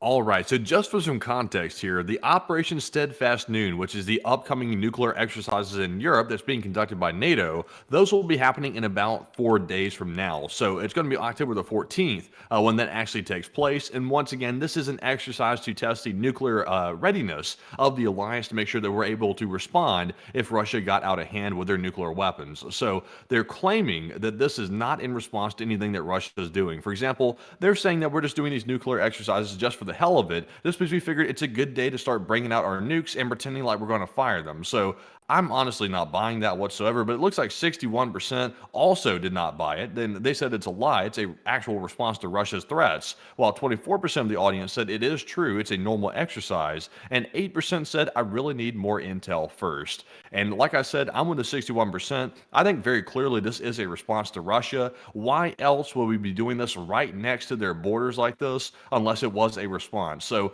you know, we're scared to say what it really is because we don't want to anger Russia. We don't want to go out there and, you know, hurt their feelings or something, like maybe we're actually trying to defend our alliance. So they're trying to play it off like it's just a scheduled normal drill, which in my opinion, I don't think it is. But Enforcer, what say you? Interestingly enough, I was trying to research here really quickly about Steadfast Noon and find out a little bit more information on it before I talked about it. From what I can tell, this has been happening annually around the same time for the past 2 years. But it's only been happening, from what I can tell, documented from 2022 to now. So this has been happening every single year since the war in Ukraine started, from 2022 up till the present day. So this is showing that this may be some sort of an annual reminder that the Russians could just get nuked in a minute if they act up. I think that may be the case, and while they're trying to downplay it a little bit, considering that the historical instances of this exercise happening, at least online, only go back to 2022 from what I can tell, I believe that this is an annual kind of a reminder or a message to the Russians that we will nuke them if they nuke us. Like, we are preparing these drills and showing them that the West is ready and is trained and able to arm and load these nuclear weapons onto aircraft and then launch them at the Russian Federation. So that's what I would have to say about it. I have a feeling it probably is a lie, and over the past few years, this has certainly been a message to the Russians that they need to, once again, be careful where they tread, and don't do anything too stupid, or we might come for them in a nuclear form. But with that, I hope that does address that fairly well, at least in my opinion. But with that, we are now going to be moving on into our location unknowns, because we actually have a couple of interesting ones today, and we were able to see the Russians training to defend against FPV drones. This was published by the Russian Ministry of Defense. I want y'all to know that before I show this video, and so here's the clip. Что такое камикадзе, что такое птичка, уже их звук, они будут уже ориентироваться на ней, как передвигаться, как ее обманные пути, влево, вправо, вперед, передвижение, от нее укрываться и как ее сбить, они к этому уже будут готовы. I don't think they're going to be doing well against a drone, Matthew, because I just want to show you the tactics that these guys had. This guy's tactic was roll in front of the drone that's falling on top of me, pretty much creating a target, an easier target for it. This guy's plan was to just lob his AK up at it. And it looks like I'm actually in shock from this. The drone bodied the AK and flipped it over and just kept going. So I don't think that's a good strategy either. Because look at this, man. Look. Wow. Trying to smack the drone. It's like you're trying to dodge the drone. You're not trying to actually like make contact with it. That's the moment it blows up. This is also, by the way, I love to see it. Don't you love to see it? When you flag yourself with your own rifle midair. I love to see it. This kind of Looney Tunes stuff that gets Russians killed in the field, is throwing this thing at a drone, and the drone propeller like hooks the trigger really quickly, and as the gun's flipping, it fires right down into your face. This guy is a genius, man. This guy is the next Albert Einstein of Russia. Because to have this kind of intelligence in Russia, you are bound to go from bricklayer to the Minister of Defense by next week. Also want to put this out there. These guys are tracking the drone with their rifles like this is some kind of a damn Jurassic Park movie, like they're about to take down the dinosaur right here. Look at this. They're like, it's getting out of hand. Take it up now. It's like, what the hell are y'all doing? So at this point, these guys are dead. Like, that's the legitimate deal going on here with the drones these days. There's no way to really stop them. You would have to have a miracle to stop these things. So what is the point of this? And then we have this guy talking about like they're actually doing something good. This is a waste of time, but I had to show it to y'all because it was that good of a joke. But moving on from that, we also got to see the Ukrainians cooking barbecue, and not that Haitian barbecue, but that real barbecue. Man, it's good. Oh, man. Man, I'm not gonna lie though, that meat is kind of bouncing on that grill like rubber though. Like you see that thing bouncing off the grill. Man, it's that Chernobyl food. You know what I mean? It bounces. But it came out well, and they even have shrimp. It looks good. I have to say, if I could have some of that right now. Well, they got some Schweppes over there. Do you see that? Little Schweppes over there. Look. Man, they got some Schweppes bit of lemon. Man, they're living it up out here. Man, they living it real high in the money, man. Hell, man, I like to see it. But still, beyond that, really need to see. Moving on from that, we also got to see a Ukrainian hind using American rockets. Those are Hydra rocket pods right there, mounted onto an Mi-24P. And it's really cool to see them. You know, we've seen these a lot, but it's always neat to see that they're getting a constant supply of Hydras to be able to keep using them against the Russian Federation. So, neat to note, and once again, just showing off the pic. But moving on from that, we also got to see the Russian casualty reports over the past 24 hours, and they were pretty decent. Oh, man, they only got one Bobcat, though. What the hell, man? They only got one. Hey, look, I'm happy with one, but at least the losses in the other categories were crazy high. So, Enforza, tell us more. Man, we got absolutely incredible losses today. We got to see that 1,080 Russian soldiers were wounded and killed over the past 24 hours. Very nice. Along with 14 APCs, 74 supply trucks, a very high number, 1 tank, only 1, 41 artillery pieces, 49 drones, 2 MLRSs, 1 cruise missile, 3 anti-aircraft warfare systems, and finally, 1 Bobcat skid steer. Only 1. But today's losses were pretty decent overall, especially in the special equipment, the infantry, and the artillery losses. It was very notably high, but in other categories it was getting a little low, like with the tanks and also the special equipment vehicles. But moving on from that and on up into the Vovchansk area, we were able to see the Ukrainian efforts in this area are largely successful today. While the front line isn't really changing much in this area, or really anywhere for that matter anymore, it is showing that Ukrainian defensive efforts are successful, as the Russian offensives are still ongoing at this moment, and it's really within Ukraine's ball court to stop these offensives and turn them back before they can push even deeper into Ukraine. And we were able to see that, of course, once again, the Ukrainians were still conducting their anti-drone efforts as normal, and we were able to see that in this clip right here. Bam! And they got rid of that one. And they're about to get rid of another one. Bam! And they got that one too. And guess what? Bam! And they got that one too. They're just knocking these things out. Just wiping them out. Boom, jaga, jaga, blia, the boom. Man, look at this. Just another one. It's an Orlan, Matthew. It's an Orlan 10. And now it's an Orlan 0. Man. And they just keep hitting these things. Every single video, man, is just a montage of dozens of drones being blasted. They're really getting good at this. Like every single time I see this, like I said last night, it's like we're watching reruns of the same thing when we see this drone video right here. They're getting so precise with it, hitting the exact same spot every time. Man, I'm not gonna lie, man. They do this so much. It's insane, honestly, because I was thinking about it. It's like they knock out these things in the dozens per day with these drones. And what's even crazier about that, man, is I think they just started conducting this strategy or this tactic about 3 weeks ago, and they're now mass producing these drones to be able to take out other Russian drones in the sky. It's one of the most effective air defense drones that we've ever seen, or the best air defense tactics that we've ever seen. And really impressive stuff overall. But moving on from that, we also got to hear that an Mi-8 was lost today in the Kharkiv front, according to the General Staff of Ukraine. Gone and, of course, forgotten as usual. But we also got to see that the Ukrainian border guards were hitting the Russians near Vovchansk. They said, "Papers, please." The Russians didn't give them papers, and so they decided to make sure to delete them. So that way they could also be deleted, much like their papers. Oh, and they got that one. Oh my goodness. And another one. But the boom blit. And oh my goodness. Another one. Another one. I hate to say it, Enforcer, but I think the Wi-Fi solution we got is going to be temporary. I think we're going to have to move on to the other option because there's a humongous lag on this Wi-Fi. Man, I'm not going to lie, man. It seemed great earlier today, but once it came to streaming, that internet crapped out, like, quick, honestly. I hate that too because I had like high hopes for it. I was thinking, oh, this might be actually like the permanent solution here, but I don't think it's going to be. I think it's going to be very temporary.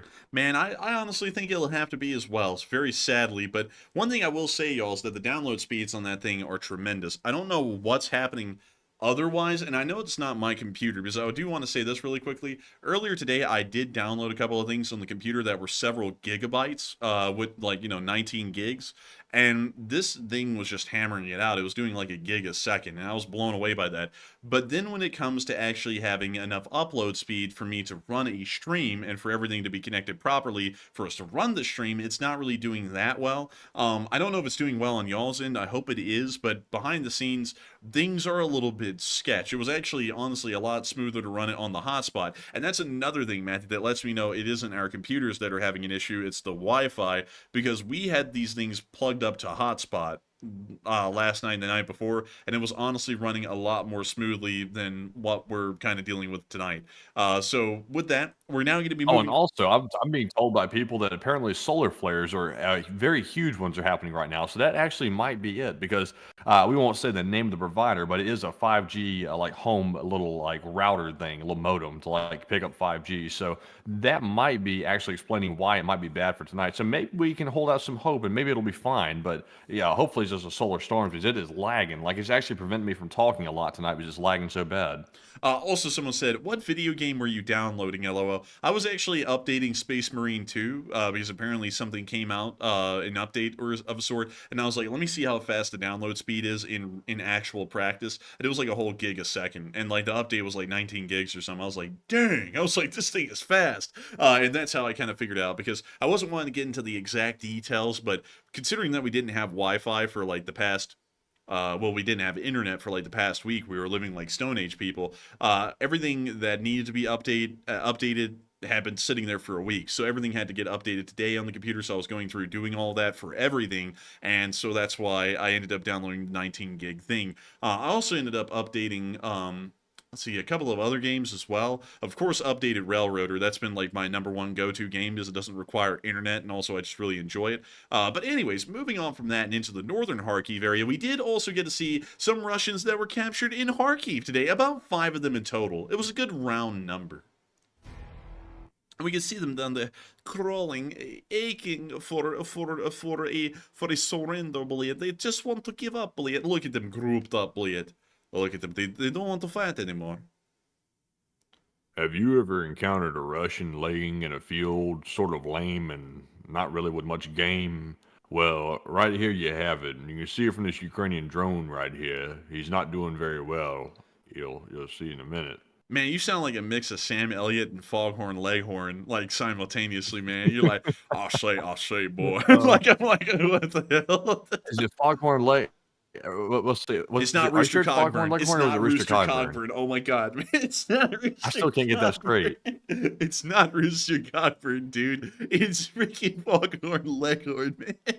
Dude, I knew the Rooster Cogburn crap was coming Are you out. sure about Rooster Cogburn? It, dude, is not Rooster Cogburn, man. I know it's not Rooster Cogburn. Hang on. Let me go pull it up. Oh, my lord. Dude, hang on. When we get done with this clip, I'll show you Rooster Cogburn. It ain't Rooster Cogburn, man. Oh, and we can see them. Damn Leghorn, somebody said. Oh, man.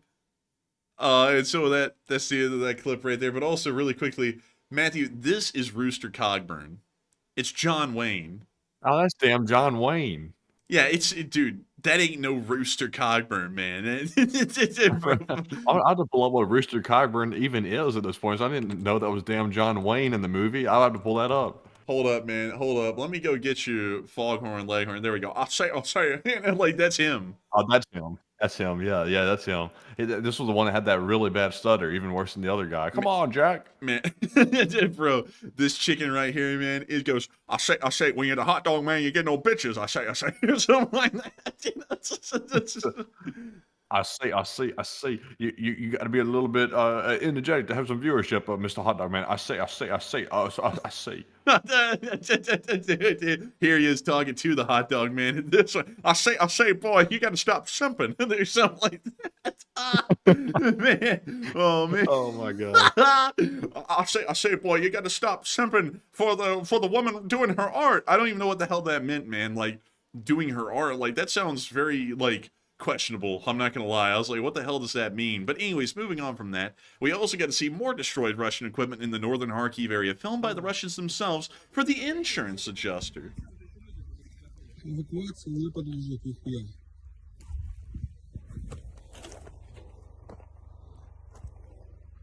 And boy, is it toasty up there. Немножко подустала, ебать. Штурмовикам она не подойдет.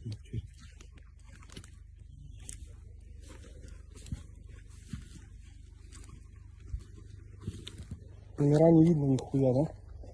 47-54.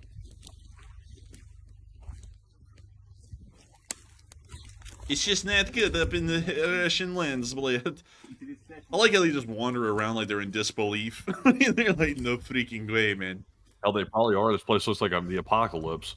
Everything's shredded, burned to a crisp. Look at this. Melted It's been even. newly welded. 45-81. Видно, да?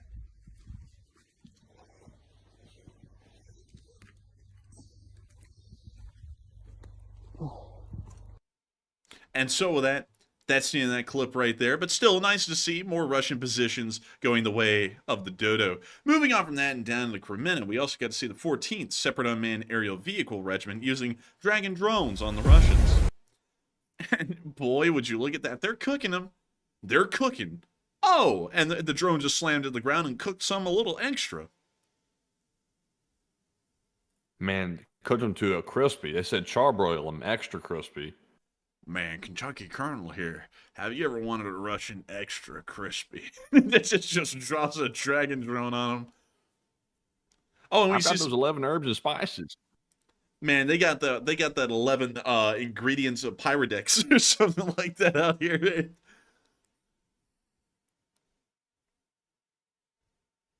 Man, they got the herbs and the spices, but the herbs are the drone batteries and the spices are the different kinds of explosives.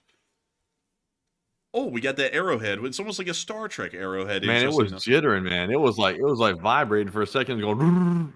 Man, look at that, bro. That person, whoever's holding the spear below the screen, they are having like a spasm or a seizure. So he's shaking the thing like that. It's like, bro, he's shaking his spear like that. But anyways, that's the end of that clip. Also, get this. Look at this bot that just came in the live chat. By the way, someone came in and said, "Y'all capping, Ukraine losing." Man, I've never heard a bot talk like this. By the way, that's like talking like brain rot. Y'all capping. It's like, okay, thanks, bot. I guess they teach them the like Generation X like language to send them in with the bot talk. Bro, capping on God, you ain't got the Sigma, bro. On God, skibbity toilet or something like that. It's like, oh, Skibbity. no, we ain't getting into that one, man. But anyways, moving on from that and into our next clip, we also got to see a tank commander of the 54th Brigade filming his time in the Seversk area as Chad music plays. Also, by the way, Hockey, I love your profile picture of the Corgi. That is precious. Hey, that Corgi looks familiar almost. It kind of looks like one of ours. Like, and also, Matthew, while we're talking about that, let's see here. Let me go do something really quick. I'm gonna upload something into our Discord so that way, you know, we can show it to everyone. You know what I'm talking about? Is that picture of wee baby? Oh yeah. She got the pillow. We're gonna have to show wee baby in the pillow. And we can see them here running their tank, operating it like legends. And what better way to operate a tank than as a legend? Firing on the move, even. Amazing stuff here. Really cool. Wow, super cool. Firing on the move. Big jacket. And that's the end of the clip. But before we move on to the next one, considering that Hockey threw in a $35 super chat and they have a profile picture of a Corgi, we wanted to show y'all what our Corgi was up to today. There it is, little baby Shiba. Man, look at that. Sleeping on the pillow. I can't even see. I'm assuming what you're showing here, but sleeping on the pillow. Sadly, though, the pillow will have to be washed now, but she was enjoying the pillow. Yeah, oh, she was so sweet about it, too. She kind of came over and just, like, kind of, like, sheepishly sat near the pillow, and then when no one was looking, she laid on it and put her head on it like she was a little baby. And so when I came walking in again, I saw her down there, and I was like, oh, that's so precious. And then we started taking pictures of her. But that is little baby Shiba. Y'all don't see Shiba much on the show. Y'all usually see Mr. Corgi, or as we call him, Monsieur Work, or at least that's what I call him. I don't know if you call him that, Matthew. Like, I don't remember you saying that, honestly. I don't think I'm the one that said that. I think I called him Mr. Wargy or something like that. I think you came up with the other one. Yeah, I call him Monsieur Work because I don't know. I just ended up calling him that eventually. But this is a little baby Shiba, and she was just being the cutest thing today all the time. She was actually here in my room, laying on the floor like it's a pillow because it's covered in sound dampening blankets in here. So she just treated it like a giant super bed and was like laying around in here all day sleeping and stuff. But they are precious dogs. Absolutely love them. And also someone said, burrito with legs. We like to call them little loaves. Like we call them loaves, but I could see a burrito too. Like a burrito with legs, that is 100% accurate. But with that, I hope y'all enjoyed seeing the little corgi there for a second. And also, once again, the screen with the YouTube control room just crapped out on me. Come on, YouTube. Come on. Work with me here. Work with me here. And so with that, we are now moving on into our next clip, further on down and in the Bakhmut area, where we also got to see Russian forces getting hit here by the 47th Magura with a long-lasting hit. Man, with the long-lasting. Oh, what the hell is this? Man, they got that goofy, cringe, like techno Viking music playing. Listen to this. Oh. I hate that music. Warrior cast. Dude, I always hate that music because it's always accompanied by dudes who are trying too hard that are roided the hell out and they got like Norse tattoos all over themselves, but at the same time they can't like change a tire or something. You know, it's like, who the hell are these people? And why are they and why are they cringe? It's like, you know, like if you're gonna be like, if you're gonna sit here and talk about this, like, you know, like just talking about that music because it kind of got me on a rant here. If you're gonna sit here and act like some sort of like a modern day Viking, please, like, live like a non-technologically advanced life. Please don't post that crap on TikTok because that is literally just hypocritical. You're like, I'm so hardcore and so like traditional. It's like you're on the internet. It's like there's nothing traditional about the internet at all. It's a modern creation. Oh my goodness. Scooby and the gang are roasted to death, but oh my god, Scooby and the gang, man, they were like literally on you know, blazes. Oh, look at this guy. He was on a dirt bike and got blazed. Oh man, did someone say blazed? Oh man, could I smoke one up? Oh man, roll it up. Wait, hang on, man. Dude, this is hot dog, man. Come on, man, just a little doobie. It won't hurt anyone. Meanwhile, 5 minutes later. I just need to take a little snack break. What's he call it? A 4:20, a snack break. Oh man, let me go take a snack break. Oh man, the upholstery it caught on fire. Oh. Aw, man. I'm working so hard selling hot dogs. I'm going to have to quit this job so that way I can focus on streaming. And then I'm going to cut down my streams to only one a week. Man, he said 2024 is gonna be my year. It's my year to lose all the subs I've ever gained from the beginning of time. No, man, he said 2024 is my year to lose it all. It's like, yep, it's like you got that I've dead on got the nail. all to lose and nothing to gain. Man, that's literally exactly what happened. But man, oh man, what a clip. It was great to see the Ukrainians knocking out Russians left and right. And moving on from that and down near Progress, we also get to see the Ukrainians hitting a Russian tank with an ATGM, actually a Russian firing position. But here's the clip. They're about to fire the Stugna here in a second. Boosh! And there goes the Stugna off into the distance. I like how this whole setup comes in a Pelican case. I'm really satisfied by that. Yeah, it is cool, isn't it? Like, I was like, that is pretty neat. And that's the end of that clip, though. But what a hit and what a launch right there. That was just an impressive thing all around by that Stugna crew. Moving on from that, we also get to see more Russians getting slammed in the Pokrovsk direction by the 15th Brigade, and specifically the 1st Battalion of the 15th Brigade. All right. Oh, by the way, I see a lot of people adding in on the whole roast of the hot dog there. Now, one thing that's interesting, though, I do want to say this, Matthew. He did say at the beginning of this year, oh, man, this is the year I'm going to prove them all wrong. I'm going to hit 100K. And he's got, like, a month and, like, 2 weeks left. And he's still, well, like, 2 months and, like, 2 weeks left. And he's still, like, I don't know, 30,000 short. And in the beginning of this year, he was still 30,000 short. It's like, how can you literally gain like only 800 subs over the course of 10 months? Like, if you do anything, literally anything on YouTube, like, for the course of a whole year, you will get several thousand subscribers, like, guaranteed. And somehow, he can't even get, like, 1,000. Like, I don't even know how that works, man. Can you And explain? he wiped all his gains out. Like, he wiped all his gains out. Like, he had some gains there for a minute. I was like, oh, look, he's, like, actually gaining a couple subs. And then, like, a couple weeks later, I looked back and I was like, oh, my God. Like, He just wiped lost out them all. everything. Yeah, he lost them all. I went and watched some of the content. I was like, oh, okay, that's why he lost them all. The content sucks. That's why. Man, it was so sad. I was like, oh my God. Because, like, I remember one time, man, he did gain, like, maybe, like, 1.5 thousand subs, and then 2 weeks later, he had lost, like, 600 of them. It's like, how the hell do you do this, man? Like, how in the world do you gain people, and then you just immediately lose them? It's crazy to me. It really is. But anyways, moving on from that, we also did get to see a Ukrainian helicopter in action on the southern front right here in this clip.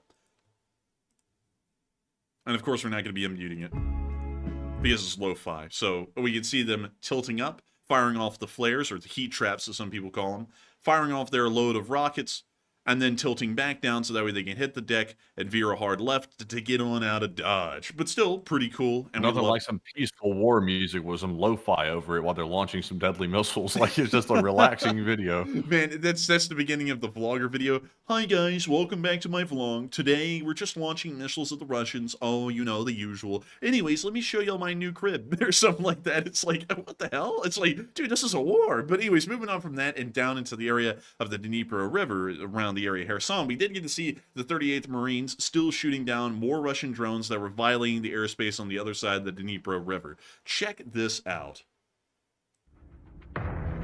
Oh. We got some Call of Duty music going on here.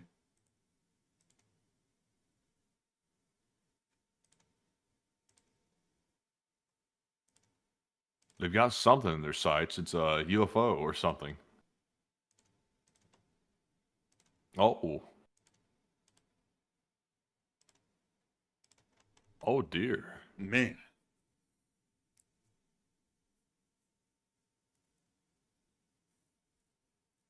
Man, the whole sky just went up in blazes when that thing hit the ground. Like, the whole sky caught on fire. Like, the whole sky is red down there. Like, the earth is on fire below these people.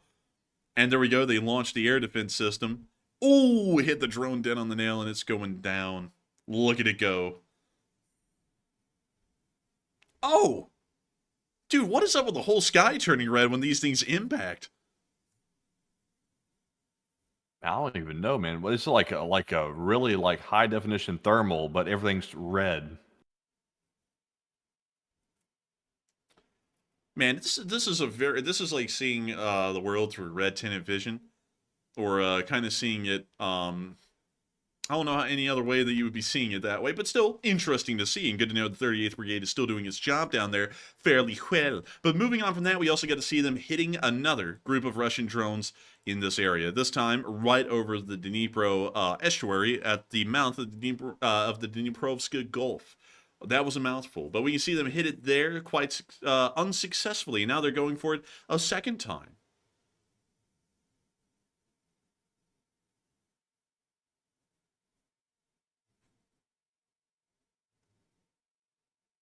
Oh, and they got it that time. And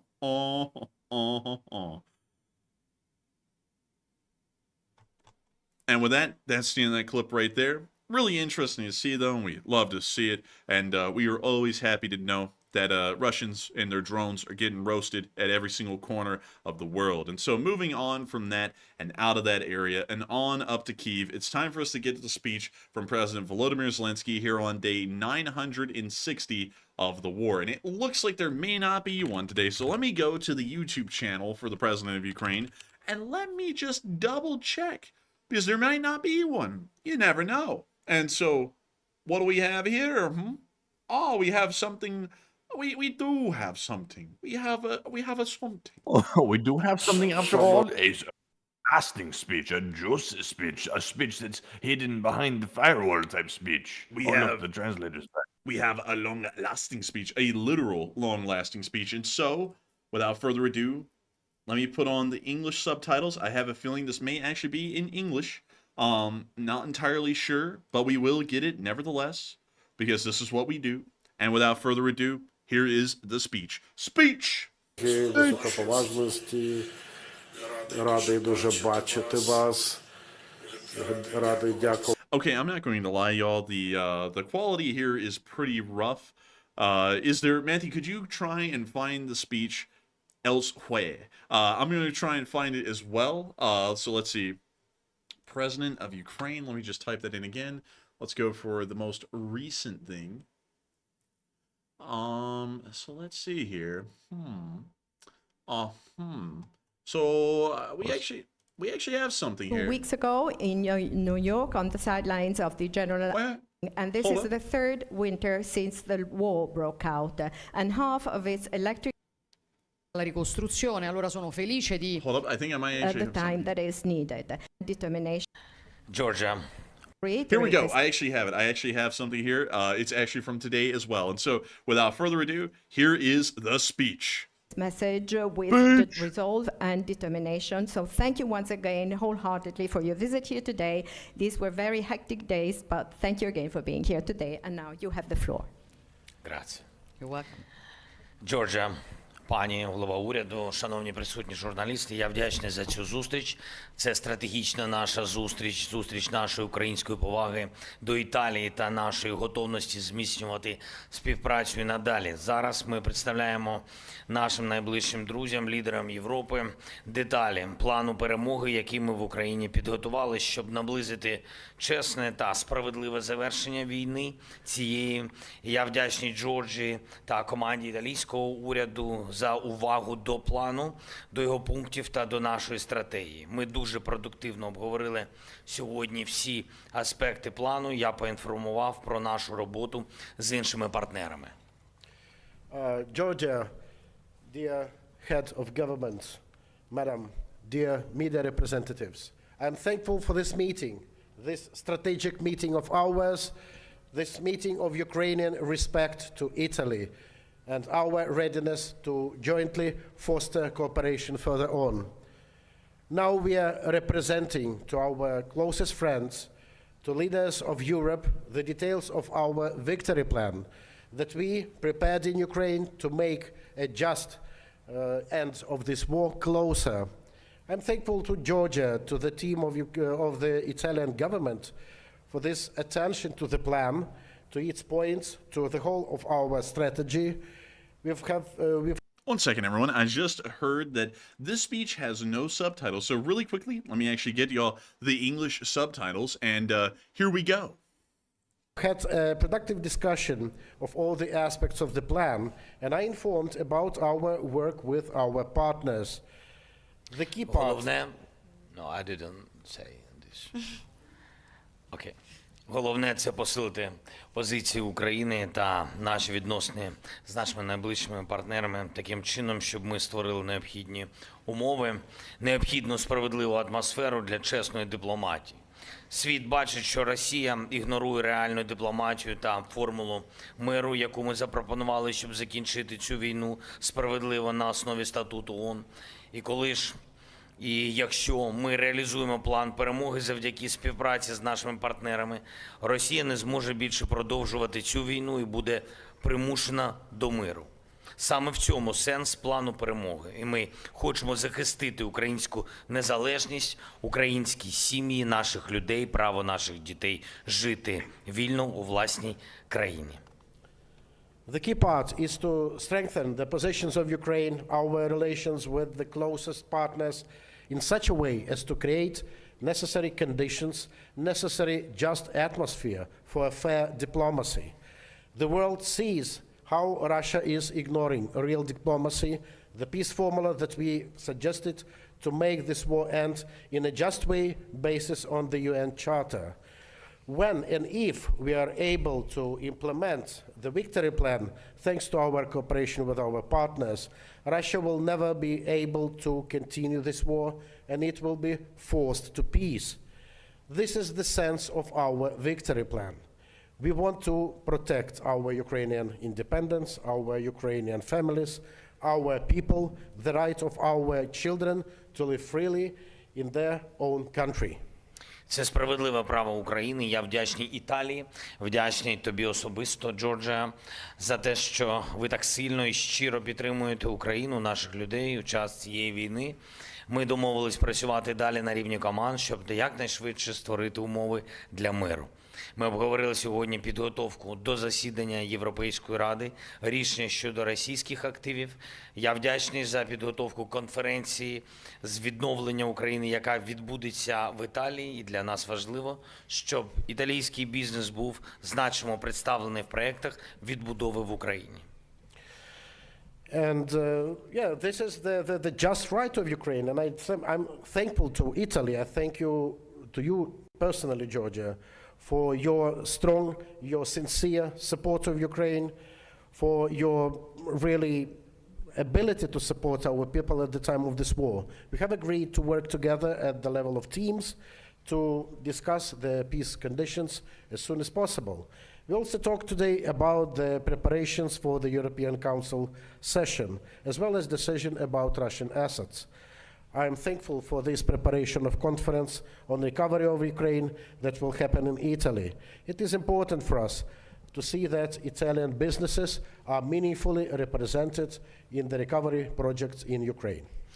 Дуже ціную сьогоднішній наш обмін думками щодо перспектив розвитку глобальної ситуації та найближчих політичних перспектив в країнах-партнерах. Окремо хочу подякувати за надану нашій країні безпекову допомогу, передусім системи ППО, які рятують життя у наших містах і селах. Сьогодні ми також обговорили з Джорджією підготовку нового безпекового пакету. Я поінформував про ситуацію на фронті, про загальну ситуацію в війні. Ми цінуємо також все, що Італія робить на рівні G7 та Євросоюзу заради того, щоб міжнародне право було реально дієвим, а наша Європа сильною. I really value so much our current exchange of opinions today regarding prospects of global situation, development, and some closest political prospects for the partner countries. My special thanks go for the security assistance delivered to our country, primarily for air defense systems. They are saving lives in our cities, villages. Today we also discussed with Georgia preparations to a new security package, and I informed about the situation on the front line, about the overall situation at this war. We actually value everything that Italy has been doing at the level of G7, European Union, for the sake of international rule of law, to be really efficient and our Europe a strong one. Ми приділили сьогодні особливу увагу економічного пункту нашого плану перемоги. Це те, що стосується спеціальних економічних можливостей в Україні та критичних ресурсів, які точно не мають опинитись під російським контролем. Дійсно, Європа та вільний світ мають отримати більшу економічну силу завдяки нашій співпраці. Сьогодні я представив план перемоги Італії, Франції, Британії. Україну почули, завтра Німеччина. І дуже важливо, щоб ми разом, всі партнери, працювали заради справедливого миру. We paid today a special attention to the economic point of our victory plan, specifically something that concerns special economic opportunities in Ukraine and those critical resources that in any case should not end in Russian hands, under Russian control. Really, Europe and the whole free world have to get more economic power thanks to our cooperation. I also presented this victory plan today to Italy, France, Britain, and Ukraine has been heard. Germany will come tomorrow. It's very important that all of us, all the partners, work together for the just peace. Grazie, Giorgia. Grazie Italia. Grazie a te, grazie a tutti, buonasera, arrivederci. Arrivederci. Facciamo ancora davanti.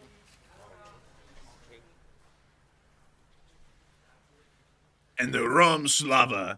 And arrivederci. And the Arrivederci. And with that is the end of the Zelensky's statements that he made today in front of the presidential palace of Italy. And many of y'all were actually asking, I didn't have time to answer this question because we were in the middle of the speech, but who is this lady over here on the right side of the screen? Some people say, wow, she's kind of pretty. She's actually the president of Italy. So if you were ever wondering who in the world's the president of Italy, that's actually the president of Italy right there. And some people are saying that that's the prime minister. That actually would not be correct because it actually says right here on the seal, the Presidenza del Consiglio de Ministri, which is the president of the ministry, which is of the Republic of Italy. So this is the president of Italy right here. Pretty interesting fact. But anyways, with that, while I butchered Italian for all of our Italian viewers, I'm sorry for that. But with that, we've reached the end of Zelensky's speech today. And that moves us on into the second segment of this stream, where we get to talk to each and every single one of y'all. And boy, what a fun segment it is. We absolutely love getting to talk to y'all because we get to literally talk about anything and everything that comes to our minds or comes to y'all's minds during this segment. And it always is a wildly fun time because it could literally, any of y'all could bring up anything and we will pretty much talk about it as long as it isn't political or religious in nature. But still, with that, Matthew, I understand that we have a load of questions that have come in and I want you to take it away so that way we can get to them and we can understand what people are saying and what we could say to them. And so what do we got, Matthew? All right, so jumping away from our news segment and also the speech, we're now jumping back into our super chats. We're fresh out of polls, so no more of those to address for the night. So jumping right back into our first super chat here. This one's going to go to a channel legend. It's Praise Adonai, who puts in a $50 donation. And thank you very much, Praise Adonai, as well, for that very generous support. We appreciate it. And also, it's good to see you once again. And they said, Enforcer Matt, yeah, big ol' yeehaw.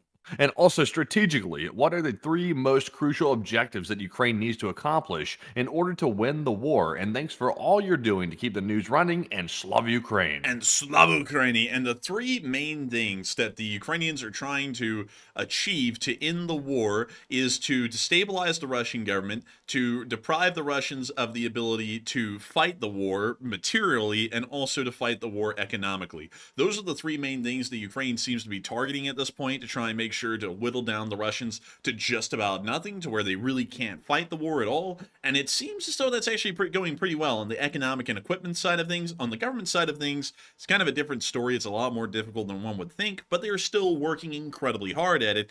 And it looks as though they're making a lot of ground on the equipment and economic side of things as they've continued to hammer the Russians economically by hitting oil infrastructure, and they've also been able to hit them equipment-wise by destroying a massive amount of munitions and also a decent amount of equipment just over the past few weeks alone.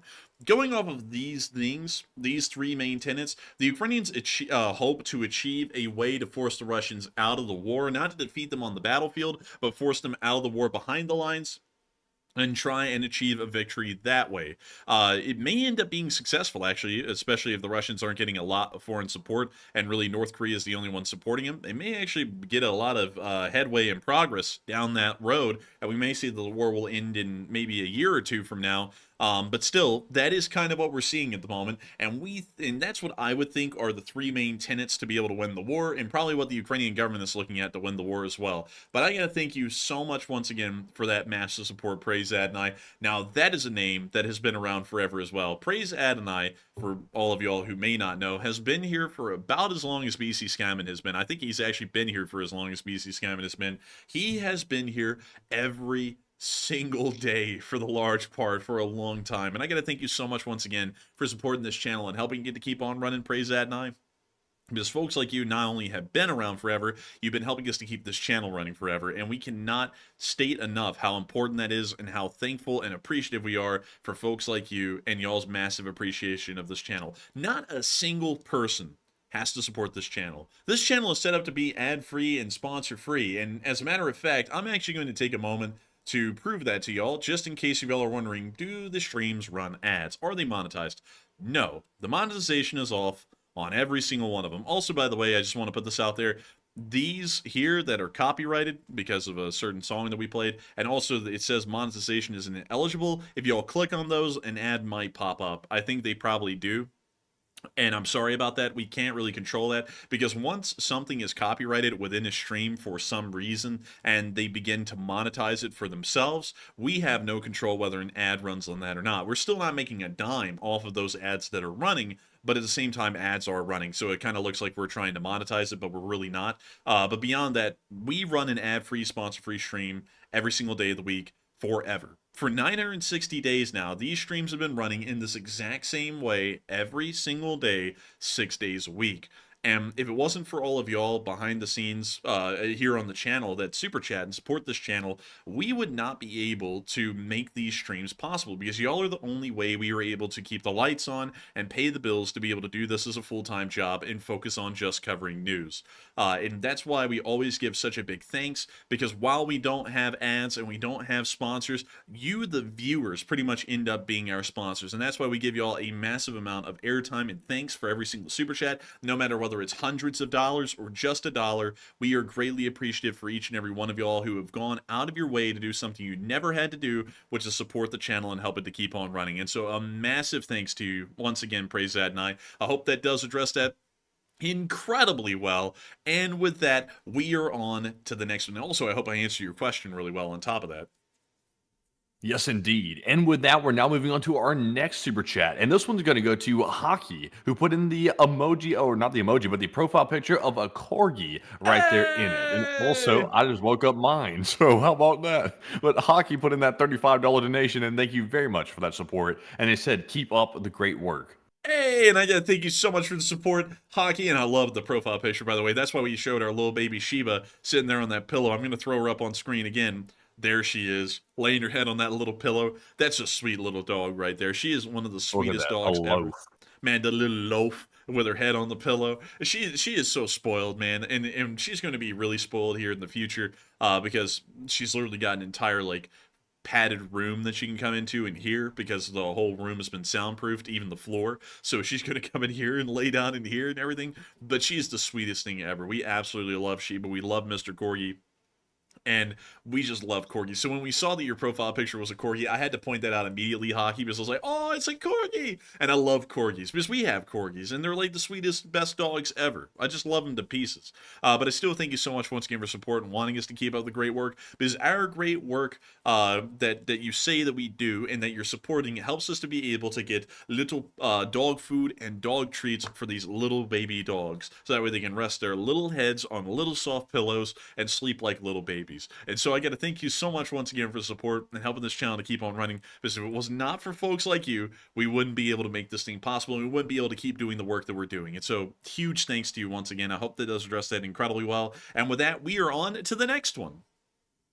And up next, we have two super chats here. We have one from Purple Gerbil, who puts in a $20 donation. And thank you very much, Purple Gerbil, for that support as well. And while we're at it, huge shout out to Blito3WOT for also putting in a $20 donation. And thank you very much to both of you, Purple and Blito, for that support. And sadly, no comment to address on either one of them, but the support, of course, helps keep us running, and we appreciate it. And Enforcer, what say you? I got to thank you both so much for the support, Purple Gerbil and Bleedo3WOT, for the support and helping this channel to keep on running. The both of y'all are making this thing impossible, and while y'all didn't throw in comments, we are massively appreciative and incredibly thankful for the support, and we just gotta thank y'all more than enough. Y'all make this thing possible. Y'all make it possible for us to keep this thing running. Y'all made it possible for us to be able to create Enforcer Studio 2.0 on literally the flip of a dime. Like right when we had to, y'all made it possible. We could not thank y'all enough. We really, like, y'all can't even understand how much we truly do appreciate all of y'all, all the folks who support the channel and the folks who don't support the channel and hit the like button and support it in loads of other ways by telling us that they just love it and then keep it up and hitting the like button and sharing the stream with their friends and their family. Every single one of y'all have such a big impact on us. A lot of people just kind of look at their viewers as viewers or numbers on a screen, and it's very easy to do that because YouTube presents the metrics that way. You just see numbers. But I know that there's real people who watch this show, and amazing, incredible people each and every single one of y'all are. We've gotten to know so many of y'all, we've gotten to talk to so many of y'all, and both of y'all, Purple Gerbil, and also Bleedo3, both of y'all are amazing people who watch this channel as well, and have decided to do something that no one has asked, and no one really expects, which is support the channel, which blows us away every single time. I cannot thank y'all enough for wanting to support this channel, for enjoying it, and also being some of the incredibly cool and interesting people that make up the endless ranks of the Lee Spring Army. This channel is now 283,000, and let me make sure I get an exact number here. It is 283,421 subscribers strong. That is huge. That is actually, if this channel and all of its members were to turn into an armed force overnight, which it won't, we would actually be one of the largest armed forces in the world. It is that big. It's crazy to think that this channel has gotten this big over time, and I got to thank you all so much once again for sticking with this channel, for joining it very recently. I mean, it was literally just yesterday that we got another 1,100 subscribers. Today, I think we got about 600 or so on top of that. It has been absolutely crazy, absolutely insane. And I got to thank you all so much once again for sticking with this channel, really believing it, and really enjoying it. And so thank you all so much once again. Thank you to both Purple Gerbil and Bleedo as well. And with that, we are on to the next one. All right, and our next super chat here is going to go to Davo LBC, who puts in a $20 donation as well. And also, huge thanks, first of all, Davo, for that support. And also, huge thanks to you as well for persevering as well through the YouTube issues once again tonight. Apparently, they're having more issues with the donation function. Excuse me. And thank you very much, Davo, for persevering through it. And he said, LSA Corporal Davo LBC reporting. And yes, I was demoted, but that didn't last long. I got caught tying my flip-flops backwards. How do you tie the flip-flops when they How do you tie flip-flops? Yeah, it's fine. It's fine. It's just, I'm just kidding. I know what you mean by that, David. That's a pretty good joke because flip-flops don't have laces to tie their flip-flops. But beyond that, I got to thank you so much once again for support, David. Also throwing in a pretty funny joke. That was a pretty good one. And also, it's great to have you here tonight. I got to thank you so much for the support. I got to thank you for being an LSA corporal. And also, by the way, y'all, I was thinking about this overnight because I brought this up as kind of like on a whim thing because this is always something I've wanted to do. But one thing I think would be cool, and Matthew, obviously, when I say this isn't anything we would be working on immediately, but it's something of mine that I think would be a really cool idea to try and put out like maybe a year or two in the future, but to actually start morphing the Lee Spring Army into some kind of an actual working organization of a sort. Obviously, we're not going to be a private military company. That would be ridiculous. But one thing I was thinking would be incredibly cool, especially considering that we're kind of going through hurricane season right now, and Hurricane Helene and Hurricane Milton just came through the southeast where we're at and ripped apart Georgia, South Carolina, North Carolina, and Florida. Kind of skipped Alabama, though, which was a really big miracle. But what I was thinking would be really cool is that if we formed the Lee Spring Army into a disaster relief group, kind of like the Cajun Navy and other groups that do it, but have it in our own kind of specific flair that the Lee Spring Army does, and also make it something that could be more so controlled by the LSA, so that way we could make sure to kind of run it in a certain way and do certain things, and do it in a sort of a way that would be conducive to, not to sound corporate, but the kind of mission that that I and Matthew specifically believe in with doing things like that. I think that would be incredibly cool to try and do that at some point in the future. But doing things like that, and this is kind of the thing that we would have to start figuring out, doing things like that, you actually have to create a nonprofit. You know, the Cajun Navy is a 501c nonprofit.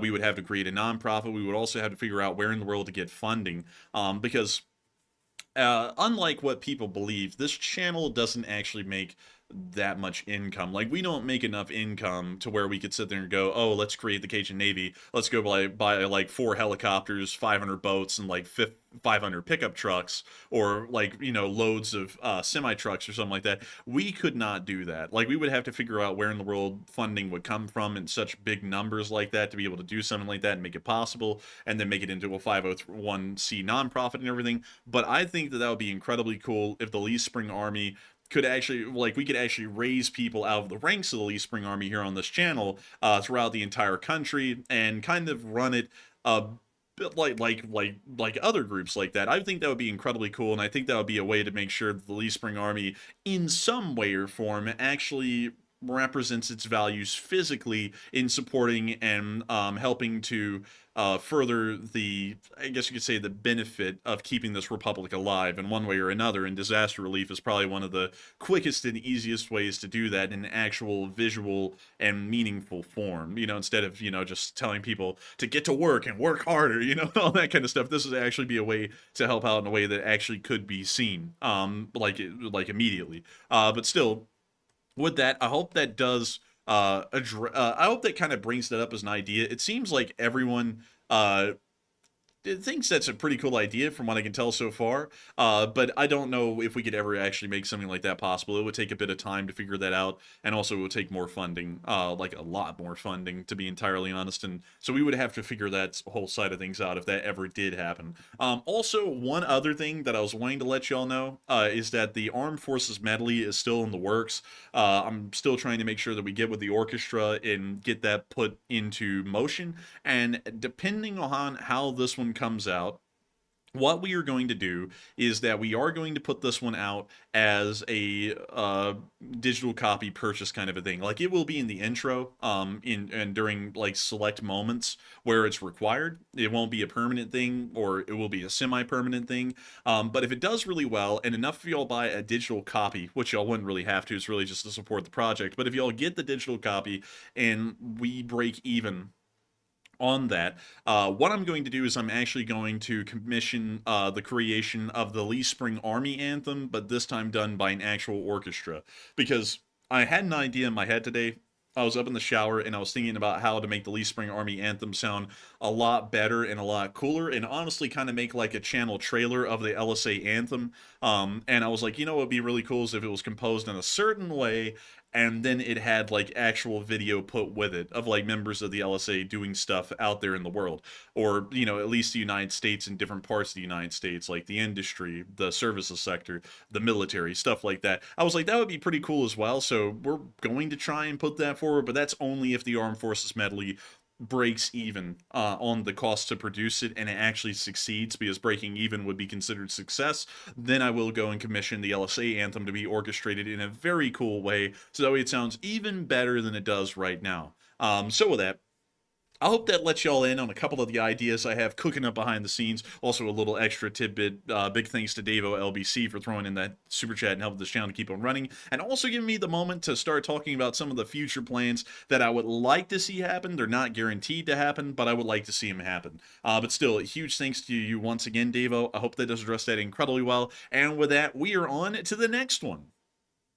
And our next super chat is going to go to Pemioi, who puts in a $20 donation as well. And thank you very much, Pemioi, for that $20 support. And he said, LSA, keep up the great work, and we love every video. And thank you so much, Pemioi, for loving every single video. And thank you so much for enjoying the great work. We've been putting in a load of work into the background lately on running the channel. And I got to say, it's crazy to see it, but our work has been paying off tremendously. Like, when I say tremendously, I mean wildly tremendously. Over the past few days, from October 5th up till now, so just the past 5 days, this channel has gained maybe about 6,000 or 7,000 subscribers in 5 days. So about 1,000 subscribers or more every single day. It is really cool to see that, and I gotta say that's just incredibly neat to know that so many people have been joining this channel and really wanting to hear more news from it. And also the viewership as well has been crazy. Like, yesterday we put out a video. Today's video got up to a pretty high number as well. It's actually gotten up to 200,000 views, which is insane itself. But yesterday's video got up to 282,000 views. That means that every single person who is subscribed to this channel watched the video.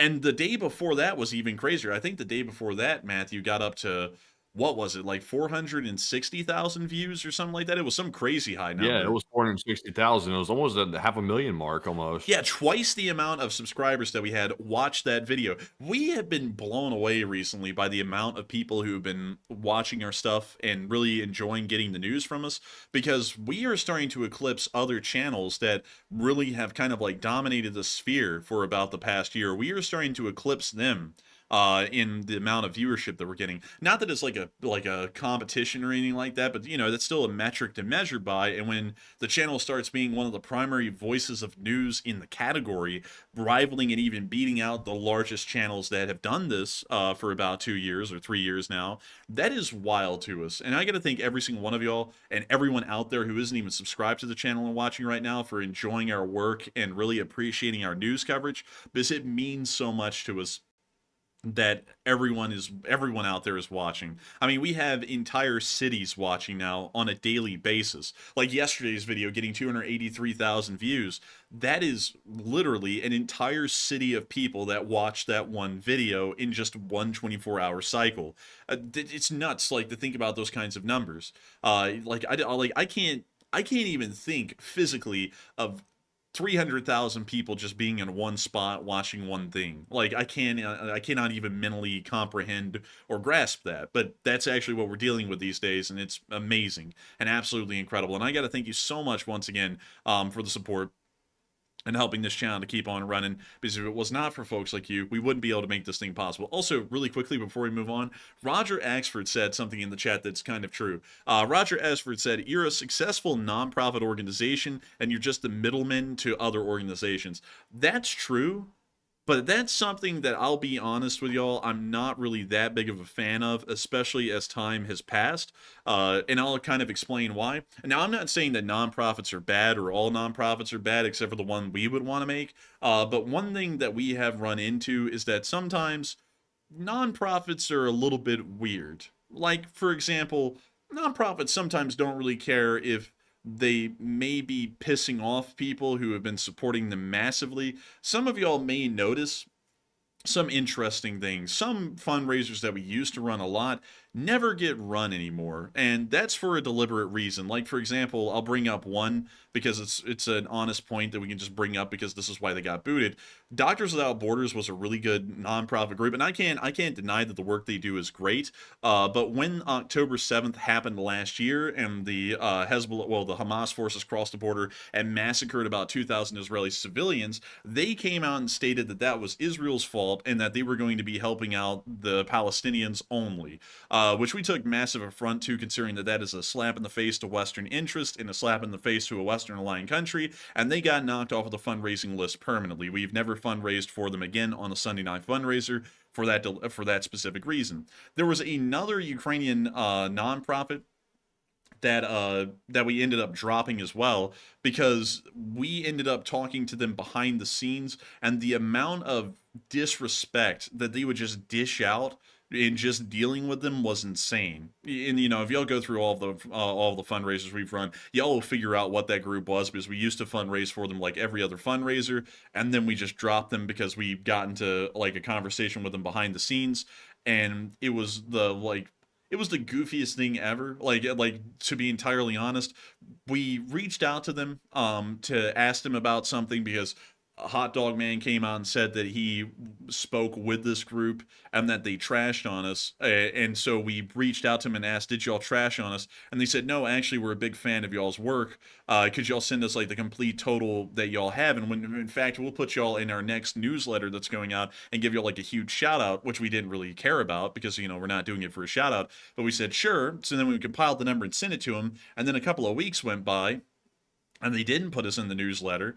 And so then I think, Matthew, you reached out to him and asked, you know, we're just wondering, you know, like, are we going to be in the newsletter? And then I think they got really rude with us when we asked, although they volunteered to do that and we didn't even want them to do it. And we were just seeing if they were going to do it. And so then after that, we were like, we're not fundraising for them again, because it was just bizarre. Like it was a really bizarre thing.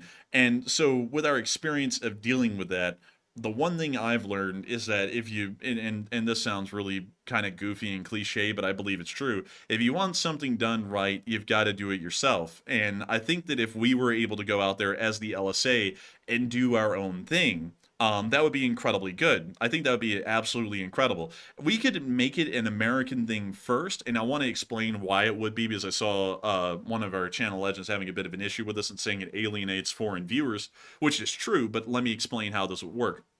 We have to have a proving ground, and considering that Matthew and me are Americans, and the majority of the audience are Americans, about 55% of them are, it would make more sense to start off the LSA as a physical force in America and then expand it abroad from there. So we would start it out in America doing domestic disaster relief and such things as that. And if it ended up being really successful and it ended up being really popular, then we could expand it into foreign countries. The first country would be Canada, because Canada is the next largest viewership of the LSA. So there would be a decent manpower pool there to build from for, you know, some kind of a disaster relief group. Although there really isn't a lot of disasters that happen in Canada from what we know. There still could be one. And then we would expand on over into Europe, which is pretty much the remaining bulk of our viewership. And then there are smaller contingents of viewership in Australia and New Zealand, but they only make up, I think, like 9 to 10% each, and then Europe makes up pretty much about 30%. So if we made a European LSA division and then we made a North American LSA division,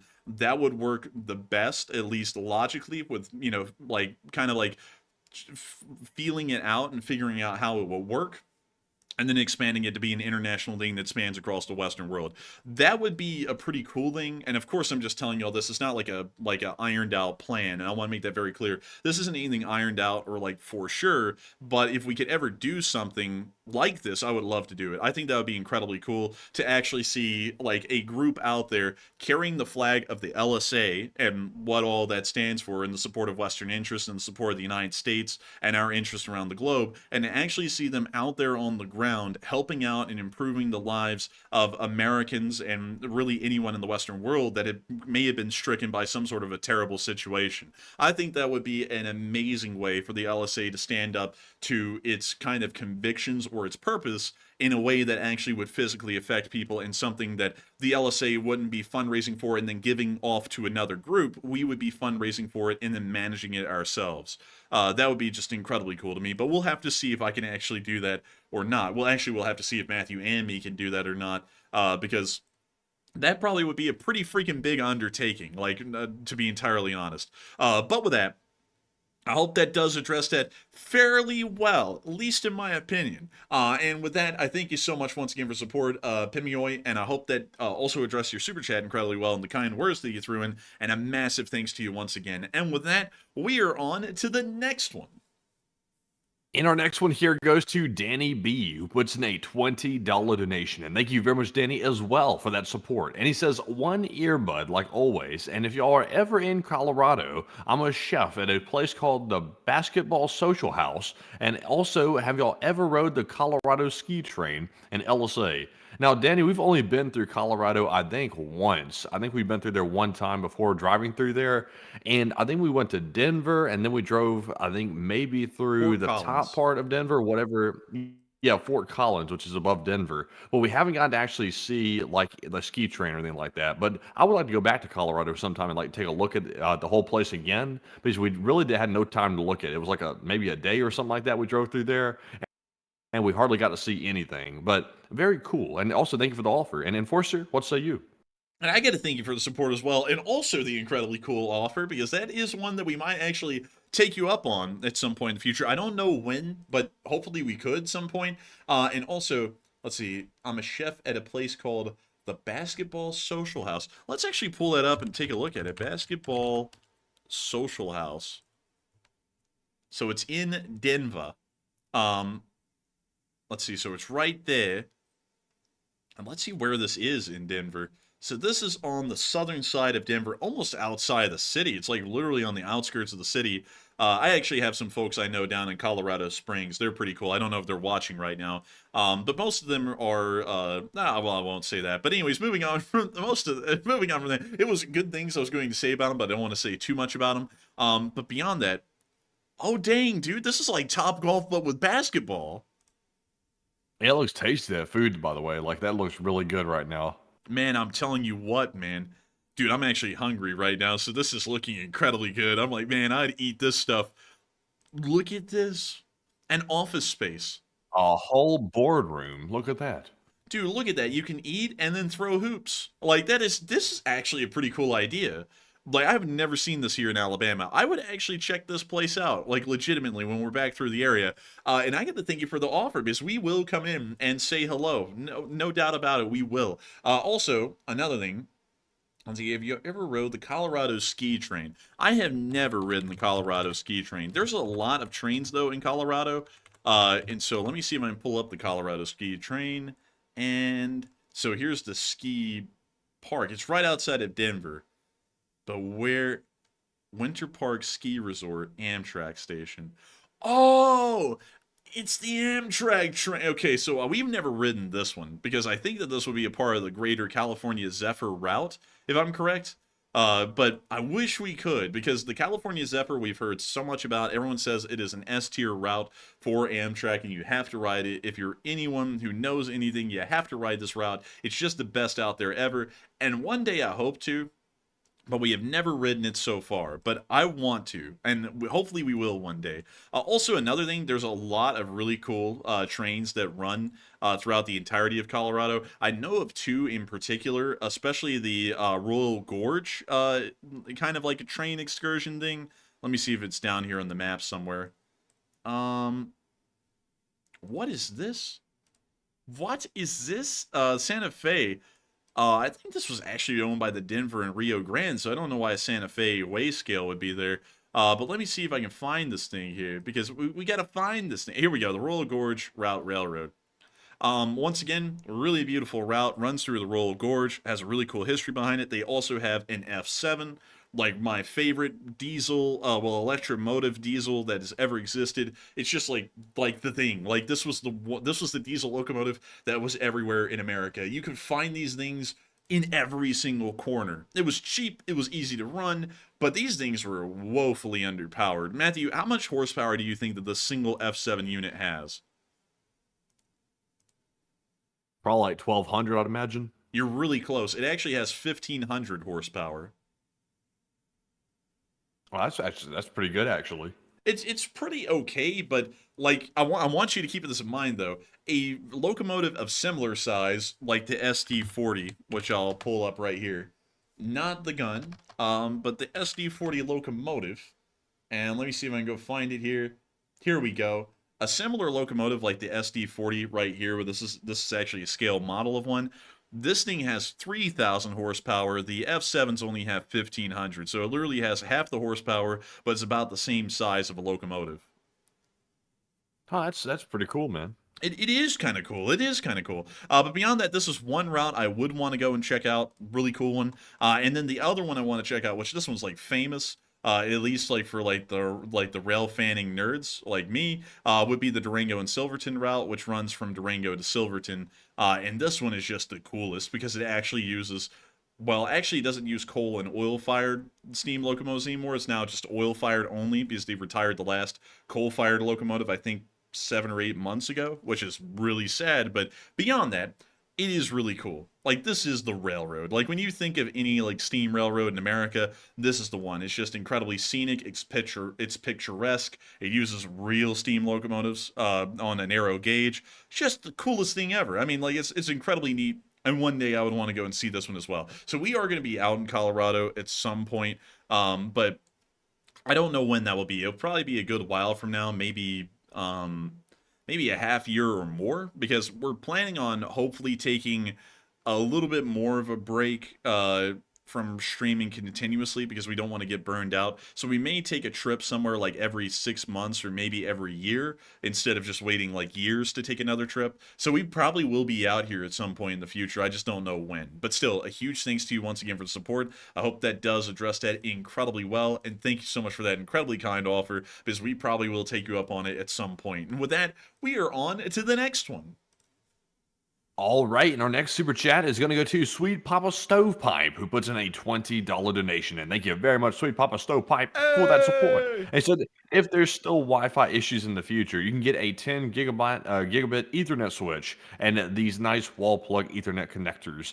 They can let you from across a house Ethernet into a modem, and you only have a USB-C and A, and they make adapters. That's a very interesting idea, Sweet Papa Stovepipe. I must admit that right now we're currently like just trying to get a really temporary solution going, which is what we're currently running on right now. And I think sadly it is temporary because it is having some issues. Like, I've been lagging all night, and for the past like 30 seconds, I was hearing like basically nothing until like suddenly the Enforcer popped back on. So I think we will have to look into some of these like solutions you're talking about, and maybe that'll fix it, I hope. But Enforcer, what say you?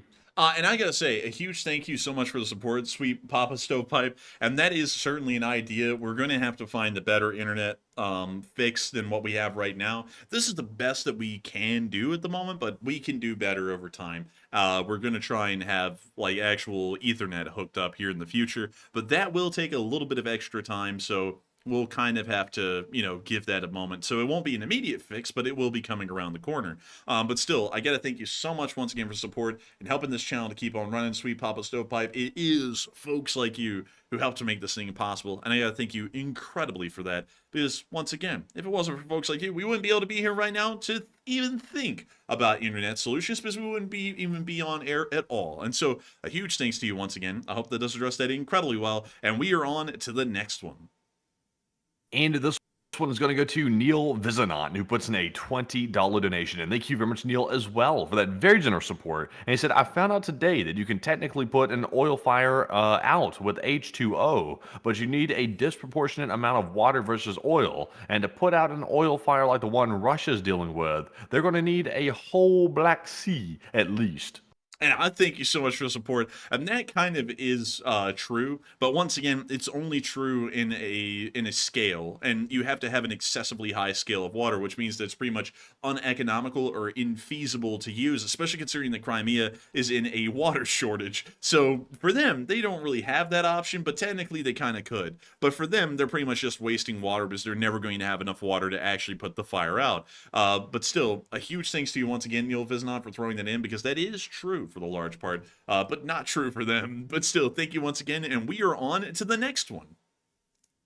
And we've got another super chat from Davo LBC, and Davo puts in a $20 donation. And thank you very much, Davo, for the second support of the night, and we appreciate it very much. He says, your internet is going through a cell phone company. He said, no wonder you're having so many problems. I thought you said you were getting fiber and hopefully 1 gigabyte and 1 gigabyte down, and it's the only way you're going to get the bandwidth you need. And Davo, you're 100% correct. And it is going through a cell phone company. It's a 5G home internet router. So it is designed for the home, but it's not really what we need, I don't think. And I don't know if maybe it's the glitches happening because of the solar storm or something happening tonight or what. If it fixes itself tomorrow, that would be great, but I don't think it will. I have a feeling it's not. But we'll have to look into it. The fiber, of course. But Enforcer, what say you? And I gotta thank you so much for the support and helping this channel to keep on running. And we will be trying to look into some solutions. Matthew knows a lot more about how internet works and how to fix that than I do. But I do thank you so much for the support and helping this channel to keep on running and throwing in another good idea. Because according to Matthew, that's 100% true. And I would also have to back that up because I have no knowledge in this whatsoever. That is 100% true. And so with that, thank you so much once again. I hope that does address that incredibly well. And with that, we are on to the next one. And this one is going to go to Zyper Sniper 1, who puts in a 20 as well. And it's good to see Zyper Sniper once again. And thank you very much, good sir, for that support. He said, coffee fund for the enforcers and Slava Ukraine and Slava LSA. And a question to the chat, please. And thank you so much for the support, Zyper Sniper, and throwing some into the coffee fund. The coffee fund is blessed. The coffee fund is needed. And we always have to have coffee. Delicious coffee. And Matthew, you always have to have delicious instant coffee crystals. Did you like them, Matthew? Did you like the instant coffee crystals? I'm not gonna lie, they're okay, but it's not really like what you really need. Like I don't feel like it has the same caffeine as like normal coffee. Oh, you're absolutely right, brother. You're absolutely right. Instant coffee crystals just aren't like the real deal. And that actually brings us to an interesting rabbit hole. Matthew, did you know that this actually played a critical role in how the United States Navy fought the Japanese in World War II? I did not know that.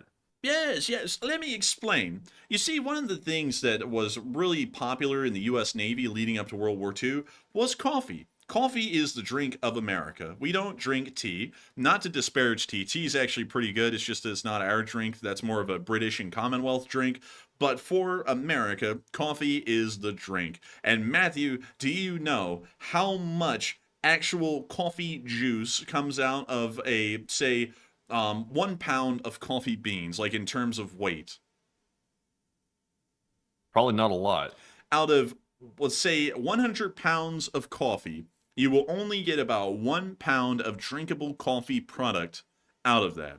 It is extremely logistically consumptive to actually get coffee beans in their raw form across the seas, especially during World War II or during that time, across the seas to the Navy so that way they can have a fresh cup of joe. And so this ended up becoming a bit of a problem, especially for the Navy, because the Navy only had, especially at the very beginning of World War II, a limited supply of ability to be able to keep their armed forces in the U.S. Navy running all the way across the Pacific in the area around Australia and also literally in the middle of nowhere in the Pacific around a place like Midway. And so we started to figure out that there had to be a way to cut down on the logistical strain. And one of the ways to do that was to cut out the coffee bean shipments. And so instead, the United States government, the federal government, and the Department of War decided that they were going to supplement the coffee beans with instant coffee crystals, freeze-dried coffee. It was new at the time. Well, it was fairly new at the time, but it was something that was going to cut down massively because 100% of instant coffee crystals turns into 100% of coffee. It only requires water. The problem is that the quality is not there, as you just saw. It's good, but it's not great, and it's not like real coffee. And this was something that was immediately noted by the U.S. Navy. The U.S. Navy absolutely hated instant coffee crystals, but the Department of War told them they're going to have to suck that up and live with it because there's no way they could get them the beans. But one group bucked it, man, and one group literally mutinied over it. Do you know that every single U.S. submarine in the Pacific mutinied and refused to go on to combat patrols because they were not getting coffee beans? Nah, I definitely did not know that. They did that. They actually mutinied and refused to go on patrols unless if they had real coffee beans. And so the United States Navy, the Department of the Navy contacted the Department of War, and they both relented, and the only people in the entire Pacific throughout the entirety of the war that were getting real coffee beans to make their coffee with was the submarines only. If you were on a battleship, it was instant coffee crystals. If you were on a cruiser or a destroyer or an aircraft carrier, it was instant coffee crystals for everyone, officers and enlisted included. But if you were on a sub, you actually got real coffee beans to make your coffee with, and they were the only people who had that luxury the entire war.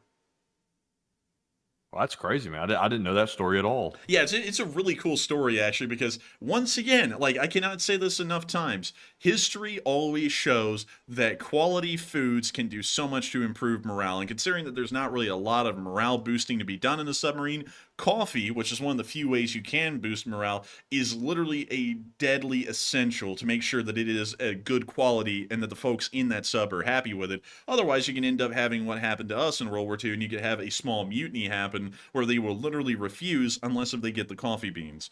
So a pretty cool little history about that. But since you brought up the whole like coffee crystals thing, I was like, I have to bring this thing up because it's such a cool story from World War II. But anyways, with that, I hope that does address it well. Pelly Smith said, I remember you told us this story before. Haha. I did. I think I've told it like once before, but I have to tell it again because it's like one of the coolest stories, in my opinion, about the submarine fleet in the Pacific during World War II. Because beyond that, like all the torpedoes failed that we had because the company that we like commissioned to produce those absolutely sucked. So a lot of our torpedoes ended up being duds. So our submarines didn't have like a wildly like amazing record like the U-boats did in the Atlantic, but they still did pretty good. It's just that, you know, you couldn't really rely on every torpedo to hit the target and actually detonate. Sometimes they just hit and that would be it. But anyways, with that, I hope that does address that well. I thank you so much once again for support, Cyber Sniper, and supporting that coffee fund. And long live the Lee Spring Army and Slava Ukraine. And we will make sure to take a live chat. And so with that, Matthew, what do we got? And this live chat question goes to Christopher Russell, who says, will North Korea fire on civilian targets? North Korea has been proven in the past to fire on civilian targets. They have fired on fishing vessels in the area around, I believe it's called, let me make sure. I forgot what this is called. This is some sort of little gulf in this area. It doesn't show up on Google, though, but they have fired on fishing boats within the Yellow Sea, which is this area right here. So they have done that in the past. So yes, they will fire on civilian targets if they find it to be a worthy provocation. So with that, I hope that does address that well. And I thank you so much once again for support and helping this channel to keep on running. And with that, we are on to the next one. And this one's going to go to Yeti Stew, who puts in a $50 donation. And thank you very much, Yeti Stew, for that support, by the way. And we appreciate it very much. Very generous. And he said, thank you, as always, for the news, and welcome back. And take one from the chat. And thank you so much, Yeti Stew. Man, I wonder what Yeti Stew tastes like, man. Like, does that taste good at all? Or does it taste like kind of like gamey? Probably like a little bit of fur in it. Man, I'm going to climb up the damn Mount Everest. I'm going to go shoot a Yeti and eat it and see if it tastes good or not. Because I would bet you money, man, that thing would be gamey. You know, just wandering around up there doing nothing. Because, you know, it's at such a high altitude, it can't really exert itself too much, you know, or it'll just, like, die of oxygen deprivation. I bet you that thing's gamey as hell just sitting around like a fat ass up there. But beyond that, I would say, in my opinion, I thank you so much for giving us the Yeti Stew. Like, it may not be good, but I appreciate it nevertheless. And also, thank you so much for the kind words as well and really enjoying the channel. We put a lot of effort and work into this thing. We've literally dedicated our souls at this point to this thing. And if it was not for folks like you, we wouldn't be able to keep this thing running and make this thing possible. And so with that, thank you so much once again for the support and helping this channel to keep on running. And is that right now or later, Matthew? Oh, heavens. I think it's going to be right now, man. Because, oh, can you hear me, by the way? I'm lagging out. Oh, man, he's lagging. Oh, God. But still, I can hear you now. Yes, I can hear you now. I was saying, I think it might have to be right now. Dang, man. Well, on that note, folks, I'm going to put this out there. Also, Matthew, could you please put those two in the spreadsheet, please? Very appreciative. Thank you so much. But beyond that, Matthew is going to be getting off air for the night. We are dead tired, and while we're not talking about this a lot on air, there are a million things that we're having to do behind the scenes right now. So every single day, we're getting up and going until the stream, and then we run the stream till midnight, and then we go to sleep, and then I'm waking up sometimes at like 7 in the morning, and the stream ends about around 12:30, and then I go to sleep around 1:30, so I'm getting like about 5 hours of sleep or less at this point running this thing. And also Matthew is as well, so he's going to be getting off for the night. But I will be keeping this thing rolling and addressing every single super chat and every single live chat that we can before we round this thing out. But I hope everyone gives a big good night to Enforcer Matt. He's been doing amazing work both on and off air, and we will see you tomorrow, Matthew. Yes, and I will see you all tomorrow. And also, right now, I must say that 12 p.m. I think is going to have to be my limit for the moment because, like the enforcer said, we're dealing with so much during the day, like nonstop every single day. I'm doing probably like a week's worth of like activities in just one single day, and then hopping on the stream and going until like 12 p.m. at night. So it's a whole lot. So please bear with us while we're going through this little bit of a period of transition right here, and while we try to do all the stuff during the day, while my brain is already pooping out. But once again, thank you all once again tonight. And also, I will see you tomorrow as well. Actually, today was my short war video day, so tomorrow we'll have tomorrow's, or excuse me, Enforcer will have tomorrow's short war video. As you can tell, my brain is shot. But anyways, folks, before I keep babbling nonstop here about rambling, basically, I will see you all tomorrow. So once again, take care and see you then. And that is a good night to Enforcer Matt right there. And it is time for us to get on to the next one. And a huge thanks to you once again, Yeti Stu, for the support and helping this channel keep on running. And also, let me make sure to get a live chat for you before we move on from that. Our next live chat actually goes to Sula Blanar. And Sula Blanar, if I'm saying that correctly, said, don't you think there's a correlation between using a missile brigade and reinforcing their own border? Maybe so. Maybe they're trying to get training, relevant training for their missile forces or something along those lines. And maybe they're preparing for war and they're trying to get an actual practical idea of what that would look like. That may actually be the case. So there may be a bit of a coincidence with that for sure. But I still thank you so much once again for support and helping this channel to keep on running, Yeti Stu. I hope that does address that live chat incredibly well. And with that, we are on to the next one, which goes to Andy L, an absolute channel legend through and through.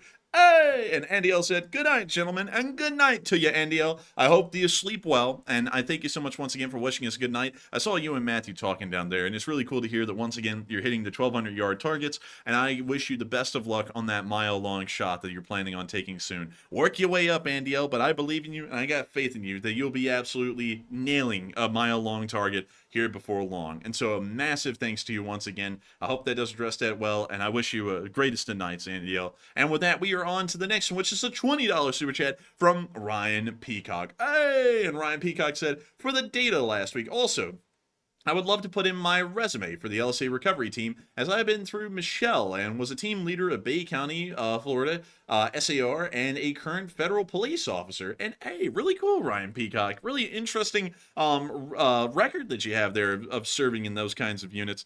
And I would absolutely love to be able to create a group like that, raised from the ranks of the LSA itself that we have here on the channel, because I know that we would all be able to do great and amazing things, and especially in a way that would really represent what the LSA really stands for, like the kind of ethics, the kind of ideas that we have. I think that would be an absolutely amazing idea. Of course, I can't guarantee that this will ever actually happen. I want to make that very clear, because I don't want people thinking that we're promising that it's going to happen or that we're announcing it's going to happen tonight. This is just a cool, like, idea coming down the pipe that I have that I think would just be neat, but I don't know if it would ever be possible or not. But I would love to work towards making this possible, so that way we can truly show here in the LSA that America and the Western world actually has something to be proud of. And if it has to be the LSA itself, it will be. But still, I thank you so much once again for the support and helping this channel to keep on running, Ryan Peacock. And I will make sure to put your resume into consideration, so that way if we ever do create the Lee Spring Army in an actual physical form outside of the YouTube channel itself, we will have you as one of its members. And so thank you so much once again, and long live the Lee Spring Army, and the Lee Spring Army will never die. And with that, we are on to the next one, which is a $10 super chat from Uncovered Cube. And Uncovered Cube said, listen to last night's stream at 4 this morning. Got a short war stream and here live tonight. It's a good day and LSA. And that much Enforcer's got to be Enforcer overdose, because last night's stream was about 2 hours long. Today's short war video was like 12 minutes long, and I think tonight's stream is going to be about 3.5 hours long probably. So you have been overdosed. You've gotten like 7 hours of Enforcer in one day. That's like the quarter at least of a day. I get it. I get to thank you for watching that much in a day, because you got to be absolutely enforcered out at this point. But I still thank you so much for the support, Uncovered Cube, and helping this channel to keep on running, because if it wasn't for folks like you, we wouldn't be able to make this thing possible. So long live the LSA, and thank you so much once again. And we are on to the next one, which is a $10 super chat from Bernard Rubin. And Bernard Rubin said, so we're actually rooting for Kadyrov. Let's be honest, we're rooting against Putin. And kind of, yeah, I mean, like, when Yevgeny Prigozhin threw his coup back in the summer of last year, we were rooting for him entirely. Like, he wasn't a redeemable character at all. But if it was going to bring down the Russian government, we were all for it. We were wanting him to go in there and start knocking teeth out. And he kind of did for a little bit until, he gave up for some reason. But we would be rooting for Kadyrov if he rose up against the Russian government. It is destabilizing the Russian Federation, and that is within our interests. And so a huge thanks to you so much once again, Bernard. I hope that does address that incredibly well. And with that, we are on to the next one, which is a $10 super chat from Tommy Manic. And Tommy Manic said, has Kadyrov really turned against Putin? And does he think Ukraine will help? He may turn against Putin. That's the thing. He's declared that there will be a blood feud, which is something in itself, but we don't know how the Russian government's going to respond to this. If they try and protect the Duma members, then this will turn into probably a whole uprising against the Russian government. If they turn them over to the Chechens, or they allow the Chechens to do whatever they wish to these people, then we'll see that this doesn't turn into anything. So we kind of are waiting at this point to see what the Russian government is going to do in response to this, because if they do something, which is to protect these Duma members, we probably will see that this will turn into a full-blown kind of a uprising. Now, if Ukraine would help or not, we really don't know. We do know that the Ukrainians are helping out the Ingushetian Liberation Army right next door in Ingushetia, which is literally right by Chechnya, but we don't know if they'd ever arm and support the Kadyrovites, because it could be that this could be a short-term revolt, and then the Ukrainians have ended up arming and supporting a group that will still be fighting them in the future inside of Ukraine. So I don't know. I have a feeling they probably wouldn't support them, but that's just my hunch. But still, a huge thanks to you once again. I hope that does address that well. And with that, we are on to the next one, which is a $10 super chat from John Bernard. And John Bernard said, please tell us what the purple one is. And I actually did. The purple one is some sort of a Jewish autonomous republic, if I remember correctly. And so let me go to Russian Oblast. And so let's see here. Here is the map of the oblasts of Russia. Or we could actually go to the federal subjects of Russia. And you can actually see right here, you have the autonomous okrugs, which are autonomous areas with a substantial ethnic minority, or there's the autonomous oblast, which is an autonomous region, and that's that one right down there in purple. Now, if we went to that one in purple, and let me go to it right here, you can actually see that it is literally listed as the Jewish Autonomous Oblast, which is the crazy thing about it. That's what it is. Now, these right here, the ones in blue, they're actually really interesting because these are autonomous regions. So that means that they pretty much have almost no control put over them by the Russian central government beyond kind of like international diplomacy. So if you're a Russian, or if you're anyone from outside of Russia, and you want to visit, say, let me see if I can find it really quickly. It's like Anadyr or something like that. Let me see if I can find this town along the length here. If you're somewhere out here, I forgot the specific town name, but if you want to land in a town out here, say on a plane, or drive into this autonomous region, you actually have to get permission from that autonomous region's government, almost like it's a separate country, to be able to go there. That's kind of the wild thing about Russia, is that not every single territory is made the same. Each one's different. But this is the Jewish Autonomous Oblast, and we can actually click on it here, and you can actually see the flag of the Jewish Autonomous Oblast, and you can also see their coat of arms as well. And let me see here. Let's see here. The other... Oh yeah, by the way, Article 65 of the Constitution of Russia provides that the JAO is Russia's only autonomous oblast. It is one of two officially Jewish jurisdictions in the world, the other being Israel. It is also the only territory in the world where Yiddish is an official language. So really quickly, let me see if I can get you all the religious breakdown here, so that way y'all can get an idea of what this currently looks like. And let's see. It's a pretty destitute region, to be entirely honest with y'all.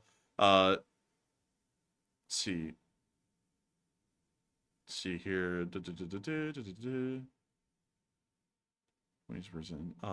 Let's see here. I'm trying to see if I can find you all the specific demographics. Okay, so here we go.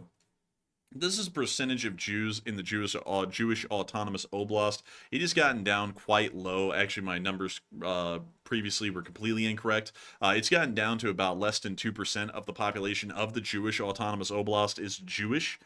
So the majority of everyone else is everything but Jewish, but there are still some Jews there. And this was specifically made back in the day, as you can see right there in 1939, by Stalin to pretty much house most of the Jewish people in the Soviet Union and remove them from the general population. Kind of an ethnic cleansing of a sort, but in a non-violent way. But beyond that, that is the scoop. That is the spill. That's how this place kind of exists, and that's what the purple thing is. And so I hope that does address that question fairly well. And I thank you so much once again for support and helping this channel to keep on running. Because if it wasn't for folks like you, once again, we wouldn't be able to make this thing possible. And so with that, we are moving on to the next one, which is a $10 super chat from Leonard O'Leary. And Leonard O'Leary said, "Good afternoon, boys. 2 p.m. on Friday down here in sunny Nelson. Anyway, when I was in NSDF, we were using M16 and going, and the best one, 7.62 SLR. What a great rifle it was. And it is a good rifle. The SLR, or the self-loading rifle, SLR rifle, is an amazing rifle. And let me see if I can get it. The L1A1 SLR. And here we go. It is the British or Commonwealth version of the FAL. I don't have one of these personally. I have the German G1 and I have the SA58, or kind of like the standard FAL, if you want to call any FAL standard. But this thing is incredibly cool. I wish I had one of them just for the fact that I just really love the look of the L1A1s. But the SLRs are absolutely incredible. I just think they're really neat. I think they're really cool. FALs are never bad. FALs are always good. And I wish I had one of these things, really. But still, I thank you so much for the support and helping this channel to keep on running. And you just can't beat 7.62 by 51 round in an L1A1 or any kind of a FAL, in my opinion. I just think that is the best it gets, in my opinion. And that's really my opinion, because, you know, loads of people are about, well, the AR is good and the AK is good, and they all are great. I'm not going to diss them. Like, they're not terrible. I enjoy shooting all of them. But the FAL is truly, in my opinion, it just shines above the rest. It's a true battle rifle through and through. It's got a decent round. I love the 7.62 by 51 round. It's just truly incredible. Hold up, there we go. We get the bat gone. But still, thank you so much once again for the support and helping this channel to keep on running. And with that, we are on to the next one. And the next one is a $10 super chat from a Plant Lord. Hey! And Plant Lord said, "Long live the USA." Hey! And also, have you heard any news on, the Russian freighter off of the English coast? And, no, we actually have not. I think it got pushed on at some point, and that's why we're not hearing news about it anymore. But I don't really know. I think it may still be there, actually. So I'll have to try and look into that a little bit more and see. But at the moment, I think it got moved on. Or it may still be impounded inside that British port. But with that, I thank you so much once again for support. I hope that does address that incredibly well, at least the best I can. And with that, we are on to the next one. And the next one is a $10 super chat from Andrew Honeycutt. And Andrew Honeycutt said, "An old axiom of war that's been repeated by Omar Bradley, Napoleon, and Sun Tzu is that amateurs study tactics and professionals study logistics. Ukraine is hitting oil refineries and ammo dumps. What do you think?" I think it's a master strategy. I think it's an incredibly good one, because that is entirely true. Why in the world look at defeating the army on the field that's right in front of you when you could starve them to death and never have to fire a shot? That's the way I would think about fighting a war, and that's the way you're generally really need to think about fighting a war. Interestingly enough, the Chinese actually look at war that way. They think that fighting war without war is the best way to fight, and that's a very interesting one. It largely leads the Chinese to conduct subversive actions more so than direct, overt, aggressive actions in an actual war, at least according to their doctrine, because they believe that they can undermine and largely destroy an enemy without having to engage them in outright fighting. Now, that's, historically, the communist Chinese haven't really followed that to a T. Go look at the Korean War or their war against Vietnam, for examples.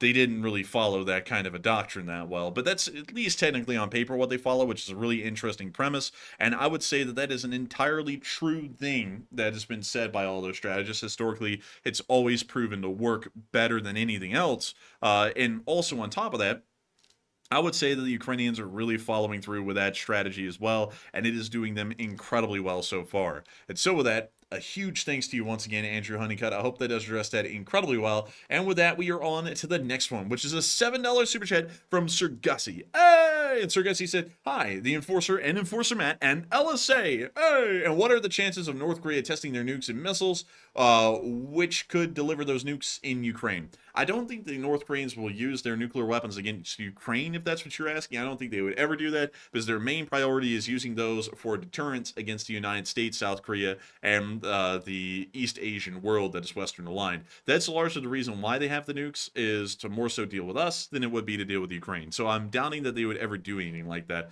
But still, a big thanks to you for the support once again and helping this channel to keep on running, because if it wasn't for folks like you, we wouldn't be able to make this thing a reality. And moving on from that, we have a $5 super chat from Kachulian 343. Hey! And Kachulian said, if Kadyrov thinks Putin is trying to kill him, hell, likely turn on him this was probably sanctioned by him too. I think this is going to be fun to watch. I think it will be fun to watch, because I will bet you that the Russian government is probably going to come to the defense of these guys, and this will end up turning into an open revolt. And I'm honestly here for it. I think that would be great. It once again will divert a lot of Russian resources and attention behind the lines and into southern Russia, which is always a good thing. It's never a bad thing when that happens. It's only a good thing. But still, a big thanks to you once again. I hope that does address that incredibly well. At least the best I can, in my opinion. And moving on from that, we got a $5 super chat from CK Bold. Hey! And CK Bold said, take a live chat question, and we shall. And this live chat question is going to go to Frank. And Frank said, in your opinion, can Ukraine launch new invasions towards the Kursk area or around that Russian territory? They could, but do they really have the manpower for it? And do they want to dedicate that much more resources into Kursk when it could be used elsewhere? Technically, yes, they certainly could, but it's really a question strategically of whether they would want to waste the manpower and resources conducting an effort like that when it may be used better elsewhere. But to answer your question, yes, they certainly could. And so with that, I hope that does address that incredibly well, at least the best I can, Frank. And thank you once again for the sponsoring that live chat, CK Bold, and keeping this channel running, Bliet. And so with that, I hope that does address that fairly well. And with that, we are on to the next one, which is a $5 super chat from Kachulian 343. Hey! And Kachulian said, in southern Russia, there are some rural Asian groups that have been heavily drafted as indirect genocide. Maybe they're confused for North Korean soldiers. No. I actually went over this a little bit earlier, CK Bold. Some people put it up to ethnic genocide. And let me see if I can actually show you all this again. That's a pretty interesting point, actually. And so the federal subjects of Russia map that we see right here, these are all of the different, I guess you could call them republics or oblasts of the Russian Federation. And a lot of those ethnic Asian groups, the ethnic Asian minorities that are put into the Russian army, actually come from these little republics down here. This one's actually Tanatuva right there. But beyond that, there are other republics that surround it, and they have somewhat decent populations that exist in them. And there's also a decent minority Asian community that lives in this larger oblast here, well, this larger autonomous republic here, and also this one as well. These are fairly interesting because they kind of get to circumvent the whole we're not mobilizing thing. They get to go, well, we're not the Russian government, so we are going to mobilize, and we're going to start pulling out a whole load of people and getting them into military service. And so they do that time and time again, and that's why we see that they're disproportionately represented inside of the Russian army, because it's not that the Russian government is targeting these minorities per se. It's more so that they're the easy bait, because the Russian government, like Putin, can go, we're not going to conduct a full mobilization. And then he goes, to do this, I'm just going to ask the leaders of these autonomous republics to go and start conscripting everyone inside of their autonomous republics, and that will circumvent that whole ordeal. And they do that, and it works. So that's kind of why they're doing that. That's not really exactly that they have like a thing out for these people. It's just that they're the ones that they can get into the military without causing a massive stir and having to declare a general mobilization across the entirety of the Federation. And so with that, I hope that does address that well. And with that, we are on to the next one, which is a $10 super chat from Danny B. And Danny B said, and today is my daughter's birthday. Her name is Brooklyn, 10, and she listens to y'all. Said my name, she got so excited, but will Israel wait for the U.S. approval? And happy birthday to Brooklyn. And a huge thank you for the support, Danny B, and helping this channel to keep on running. And I hope that Brooklyn is having an amazing 10th birthday. And what a channel to watch.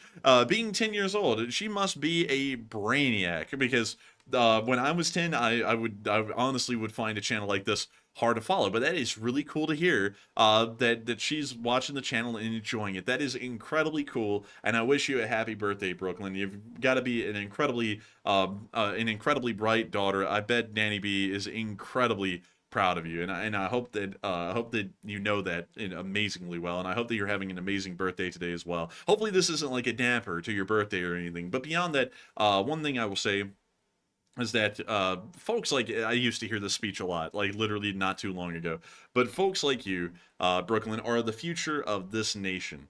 You're going to be the people who will be in my position in about 10 years time. That's actually crazy. I'm 21, Brooklyn, and you're 10, so we're only about 11 years apart. So in only 1 decade from now, you will be in the same age I'm at, and in the same position that I'm in, and millions of other Americans like me are in at this moment, and you will have to be the next step forward for this country. And one thing that I always have to say is that no matter what you do, no matter what you choose in your life, every single person plays a role in this country and what it does every single day. Whether you're a janitor, or whether you're the stockbroker on Wall Street, or whether you're an oil worker or a plumber, or a factory worker, or a services person like an HVAC guy like BC Skyman is.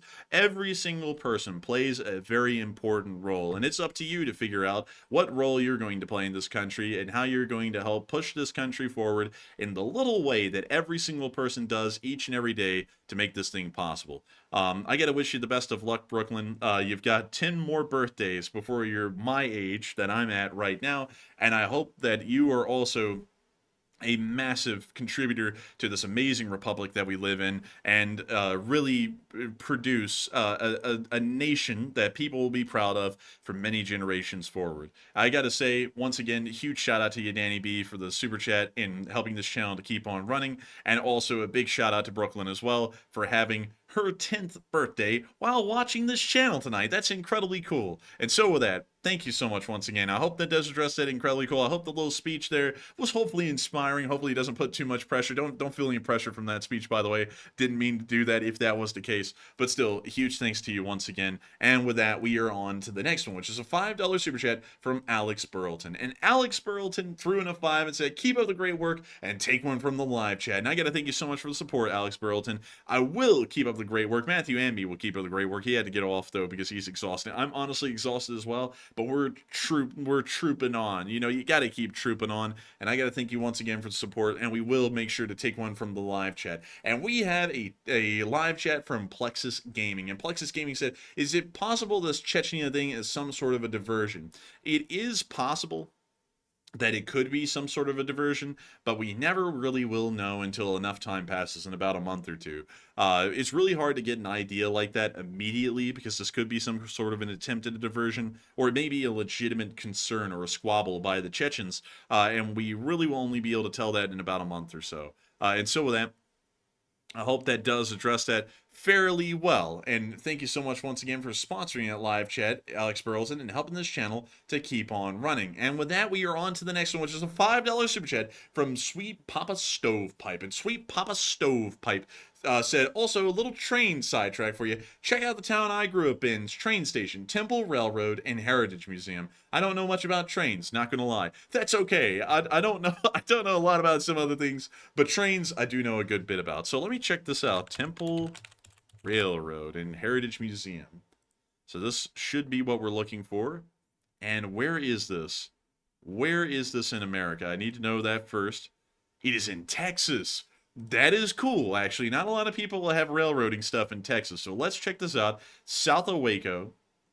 It's in the middle of town. You can actually see the remnants of what would have been a larger rail yard that would have been here. You can see it kind of like the area that would have been cut out right here for a rail yard that's now been dug up. You can actually see one of the rails that would have existed a little while ago. But this train station is one hell of a train station. And you know something? You know, I'll actually share with you some interesting facts about this station.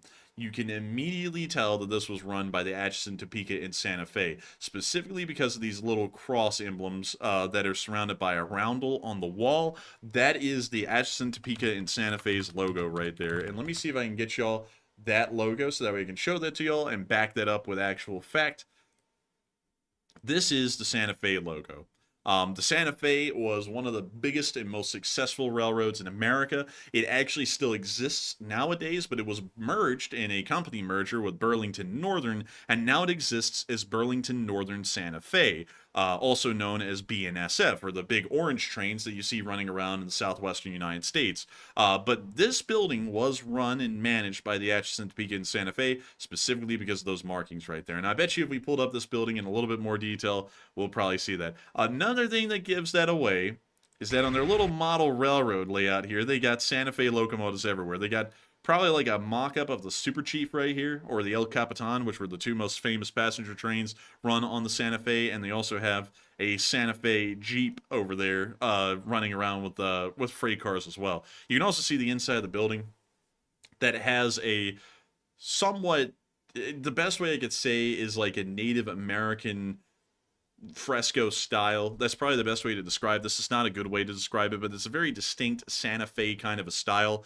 inside the building, which is always very unique to Santa Fe. That's why they're one of my favorite railroads, is because they had such a unique aesthetic, and especially after the turn of the century, moving into the 1900s, they really leaned heavily into the whole Native American side of things with their like iconography and their symbolism for their company, which I just think is a really unique outlier in the world of railroading. But let's see what else they have. They have Santa Fe locomotives. This one's actually a BNSF locomotive after the merger that kept its original Santa Fe livery. You can also see right here, ATSF caboose. By the way, another cool thing is that railroads actually mark their railroad cars with specific little markings. You know how when you go to an airport and, you know, you go from like, say, ATL, well, from Atlanta International Airport to Los Angeles, and Atlanta is KATL or ATL, and Los Angeles is LAX. So railroads have something really similar, and it's these little road name identification markings. And so CSX, which is one of our largest rail providers here in the South, is CSXT. So if you see CSXT on the side of a rail car, you know that that rail car is owned by CSX. If you see NS, that means it's owned by Norfolk Southern. If you see UP, it's Union Pacific. And if you see BNSF, it's BNSF. And so Atchison, Topeka, and Santa Fe put ATSF, and it stood for Atchison, Topeka, and Santa Fe, which were the three main cities that they were provided in their original grant by the government to be able to build railroads to, was the towns of Atchison and Topeka in Kansas, and then down to Santa Fe in New Mexico, although Santa Fe was connected way later on in the Santa Fe's history. But beyond that, they also have some of the original rolling stock for the Santa Fe Railroad that probably would have been on the El Capitan or the Super Chief. And let's see, what else do they have? Once again, you can see another Santa Fe little emblem on the switcher. It looks like an Alco, honestly. And let's see what else they have. More rolling stock, more locomotives. Let's see here. Oh, look, Amtrak right there. Huh. I'm trying to think of the rail service that would be down here. Maybe the Texas Eagle? That might be what that is. I'm not really sure. But still, this is actually a pretty cool museum. I love the station, though. The station is gorgeous. Like, look at that thing. That is an impressive building right there, 100%. But still, I thank you so much once again for supporting this channel and helping it to keep on running and sharing such a cool little tidbit with me, actually, because I love this kind of stuff. And it's really cool to know that this is in your hometown. But still, it's a Centro Ma Train Club. What is this? Why would you look at that? It's an entire building dedicated to model trains. And it's pretty freaking big. I mean, this thing is huge, actually. Dang, this thing is massive. Like, this is actually pretty cool.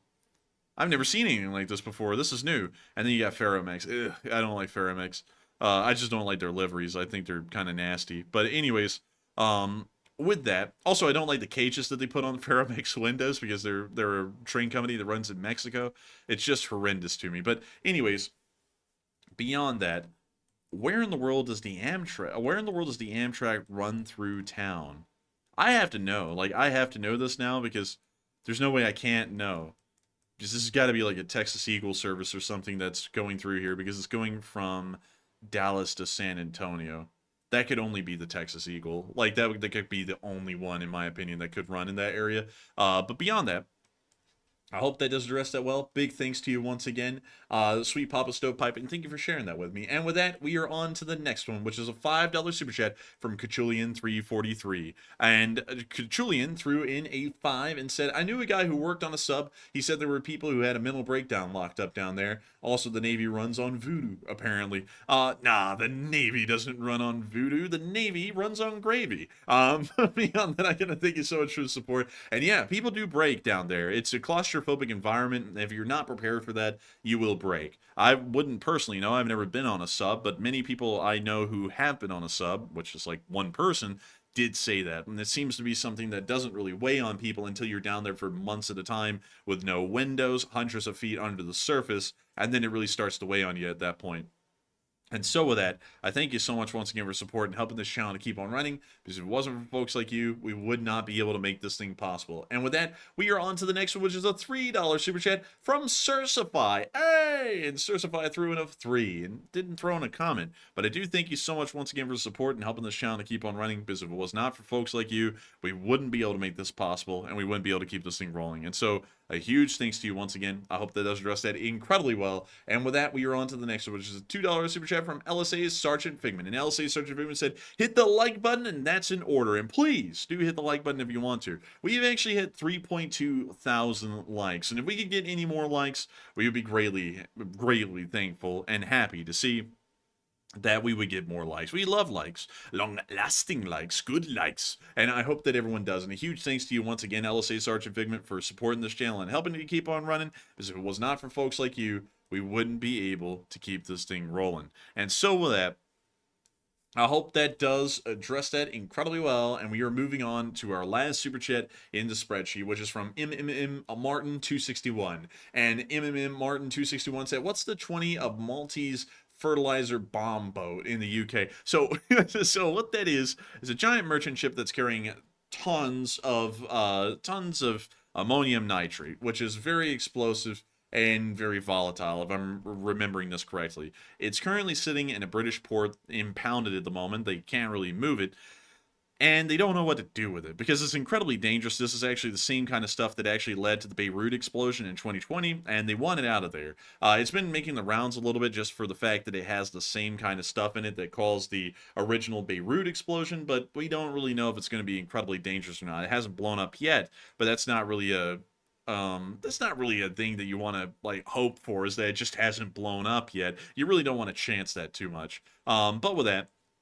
I hope that does address that fairly well, and we have reached the end of our super chats, and we're actually going to be moving on into our live chats. Due to time constraints, and also due to the fact that I'm actually like very exhausted at the moment, we are going to be addressing 3 live chats and the Morse code decoders of the stream. And so moving on into our Morse code decoders, we have Cliff Simonson, Mark Hodges, Earl Bernew, Kevin J, Paul Schultz, David Millsaps, Her Royal Fluffiness, and Arabelle Garbo. And the Morse code for today reads, Kirov almost got capped by the Russian goons and decided to try and cap him back. And long live the LSA. And that is the sound of money. And I gotta say that is dead on the nail. That was the Morse code message of the night. I gotta congratulate y'all for getting that correct, because if it wasn't for all y'all, we wouldn't be able to know what the Morse code message reads each and every night, because I usually forget that by the time I get on air. And so big congratulations to y'all once again. And with that, we are on to the third to last question of the night, which goes to Uncovered Cube. And Uncovered Cube said, where do y'all think Turkey will end up at the end of all of this fighting? I think they'll probably end up being out of NATO and largely out of any EU customs union that they're in. They're not in the EU, by the way. When I say that, it's like a really, like, you're not in the EU, but we'll give you a few economic incentives kind of a thing.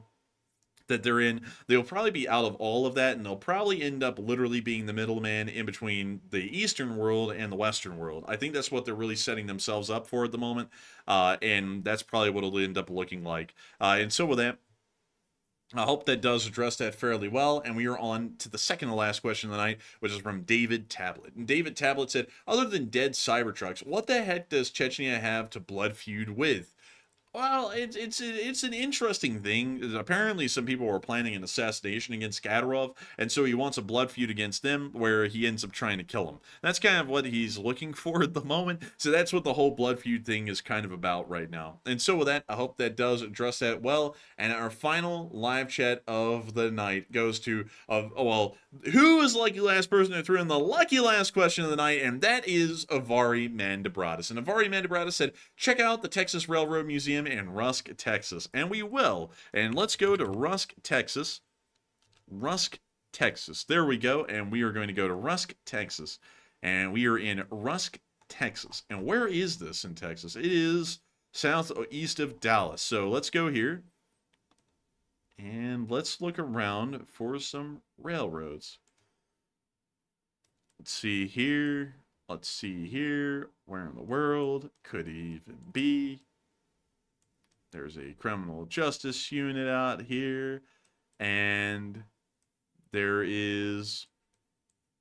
I'm looking for it. Oh, wait a minute, hang on. That looks like it right there. But where in the world is that in Rusk? Let's see here. If I focus really hard, I'll be able to find it. Here we go. This has got to be it. Yep, there we go. The Texas State Railroad at the Rusk Depot. So let's see what we got here. So, pretty nice rolling stock. What is this, huh? Okay, so... Oh, nice! So, it's all Texas State Railroad rolling stock. Pretty nice rolling stock. I mean, like, the roofs are, like, pretty poorly maintained. Ooh! A nice livery. I like the livery on this F7, but they only have the A unit. They don't have the B unit with it. But that's still fine. I mean, this thing's cool with the A or the B unit. I just think it's neat. Let's see, what else do they have? I forgot what these things are called. Like, they're everywhere, and they were pretty common, but I forgot what the hell these things are called, and I think they're Alcos, too. But people love these things. I just forget the name of them. The inside of the rolling stock, though, is pretty nice. That's pretty cool. And they do have I can't tell the wheel arrangement on that, but they do have a nice steam locomotive. Pretty cool. And let's see here. What else? They have an old turntable / pond. Always nice to have a pond turntable. And let's see what else they have. They have the steam locomotive and people taking pictures in front of it. Also, the coaches on the inside are actually pretty nice. Like, those are pretty impressive, I'm not going to lie. And we've got the ticket office in their station at this depot. We got people fishing. Overall, not bad. I mean, like, this is actually pretty cool. I didn't know that there was this many heritage railroads in America, to be entirely honest with y'all. But does this thing have another terminus? Does it just go up and down the track? Or is there another...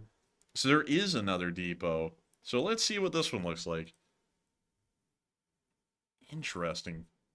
This is very interesting. So this is actually a bit of a route, apparently. Does it go down here? And no, it looks like they eventually cut off back there at that depot. So it's a terminus to terminus route. It doesn't go that far, but it's still pretty cool. And I got to thank you so much for the support and sharing that, because that is incredibly cool of Ari Mandabras. And I thank you for sharing once again another little bit about the local Texas railroading. And so with that, we've actually reached the end of tonight's stream at almost 3 hours and 30 minutes exactly. I've got to thank all of y'all so much once again for watching. It has been an absolute honor and a pleasure to be able to run this stream for each and every one of y'all. At the peak tonight, there was 8.7 thousand people here, and 65,000 people have watched this stream before it ended. I am entirely honored and greatly appreciative of each and every single one of y'all's time, and that y'all would find this to be your primary source of news. If y'all did enjoy, please make sure to like, comment, and subscribe. It means a lot to us, and we would always enjoy to see y'all come back and watch the news again tomorrow. And of course, we will be here tomorrow. And so I will see you all at 10 p.m. Eastern Time tomorrow to cover the next 24 hours of the news of the war in Ukraine. And so with that, good night, good luck, take care, stay safe, Slava Ukraini, and long live the Lee Spring Army. The Lee Spring Army will never die.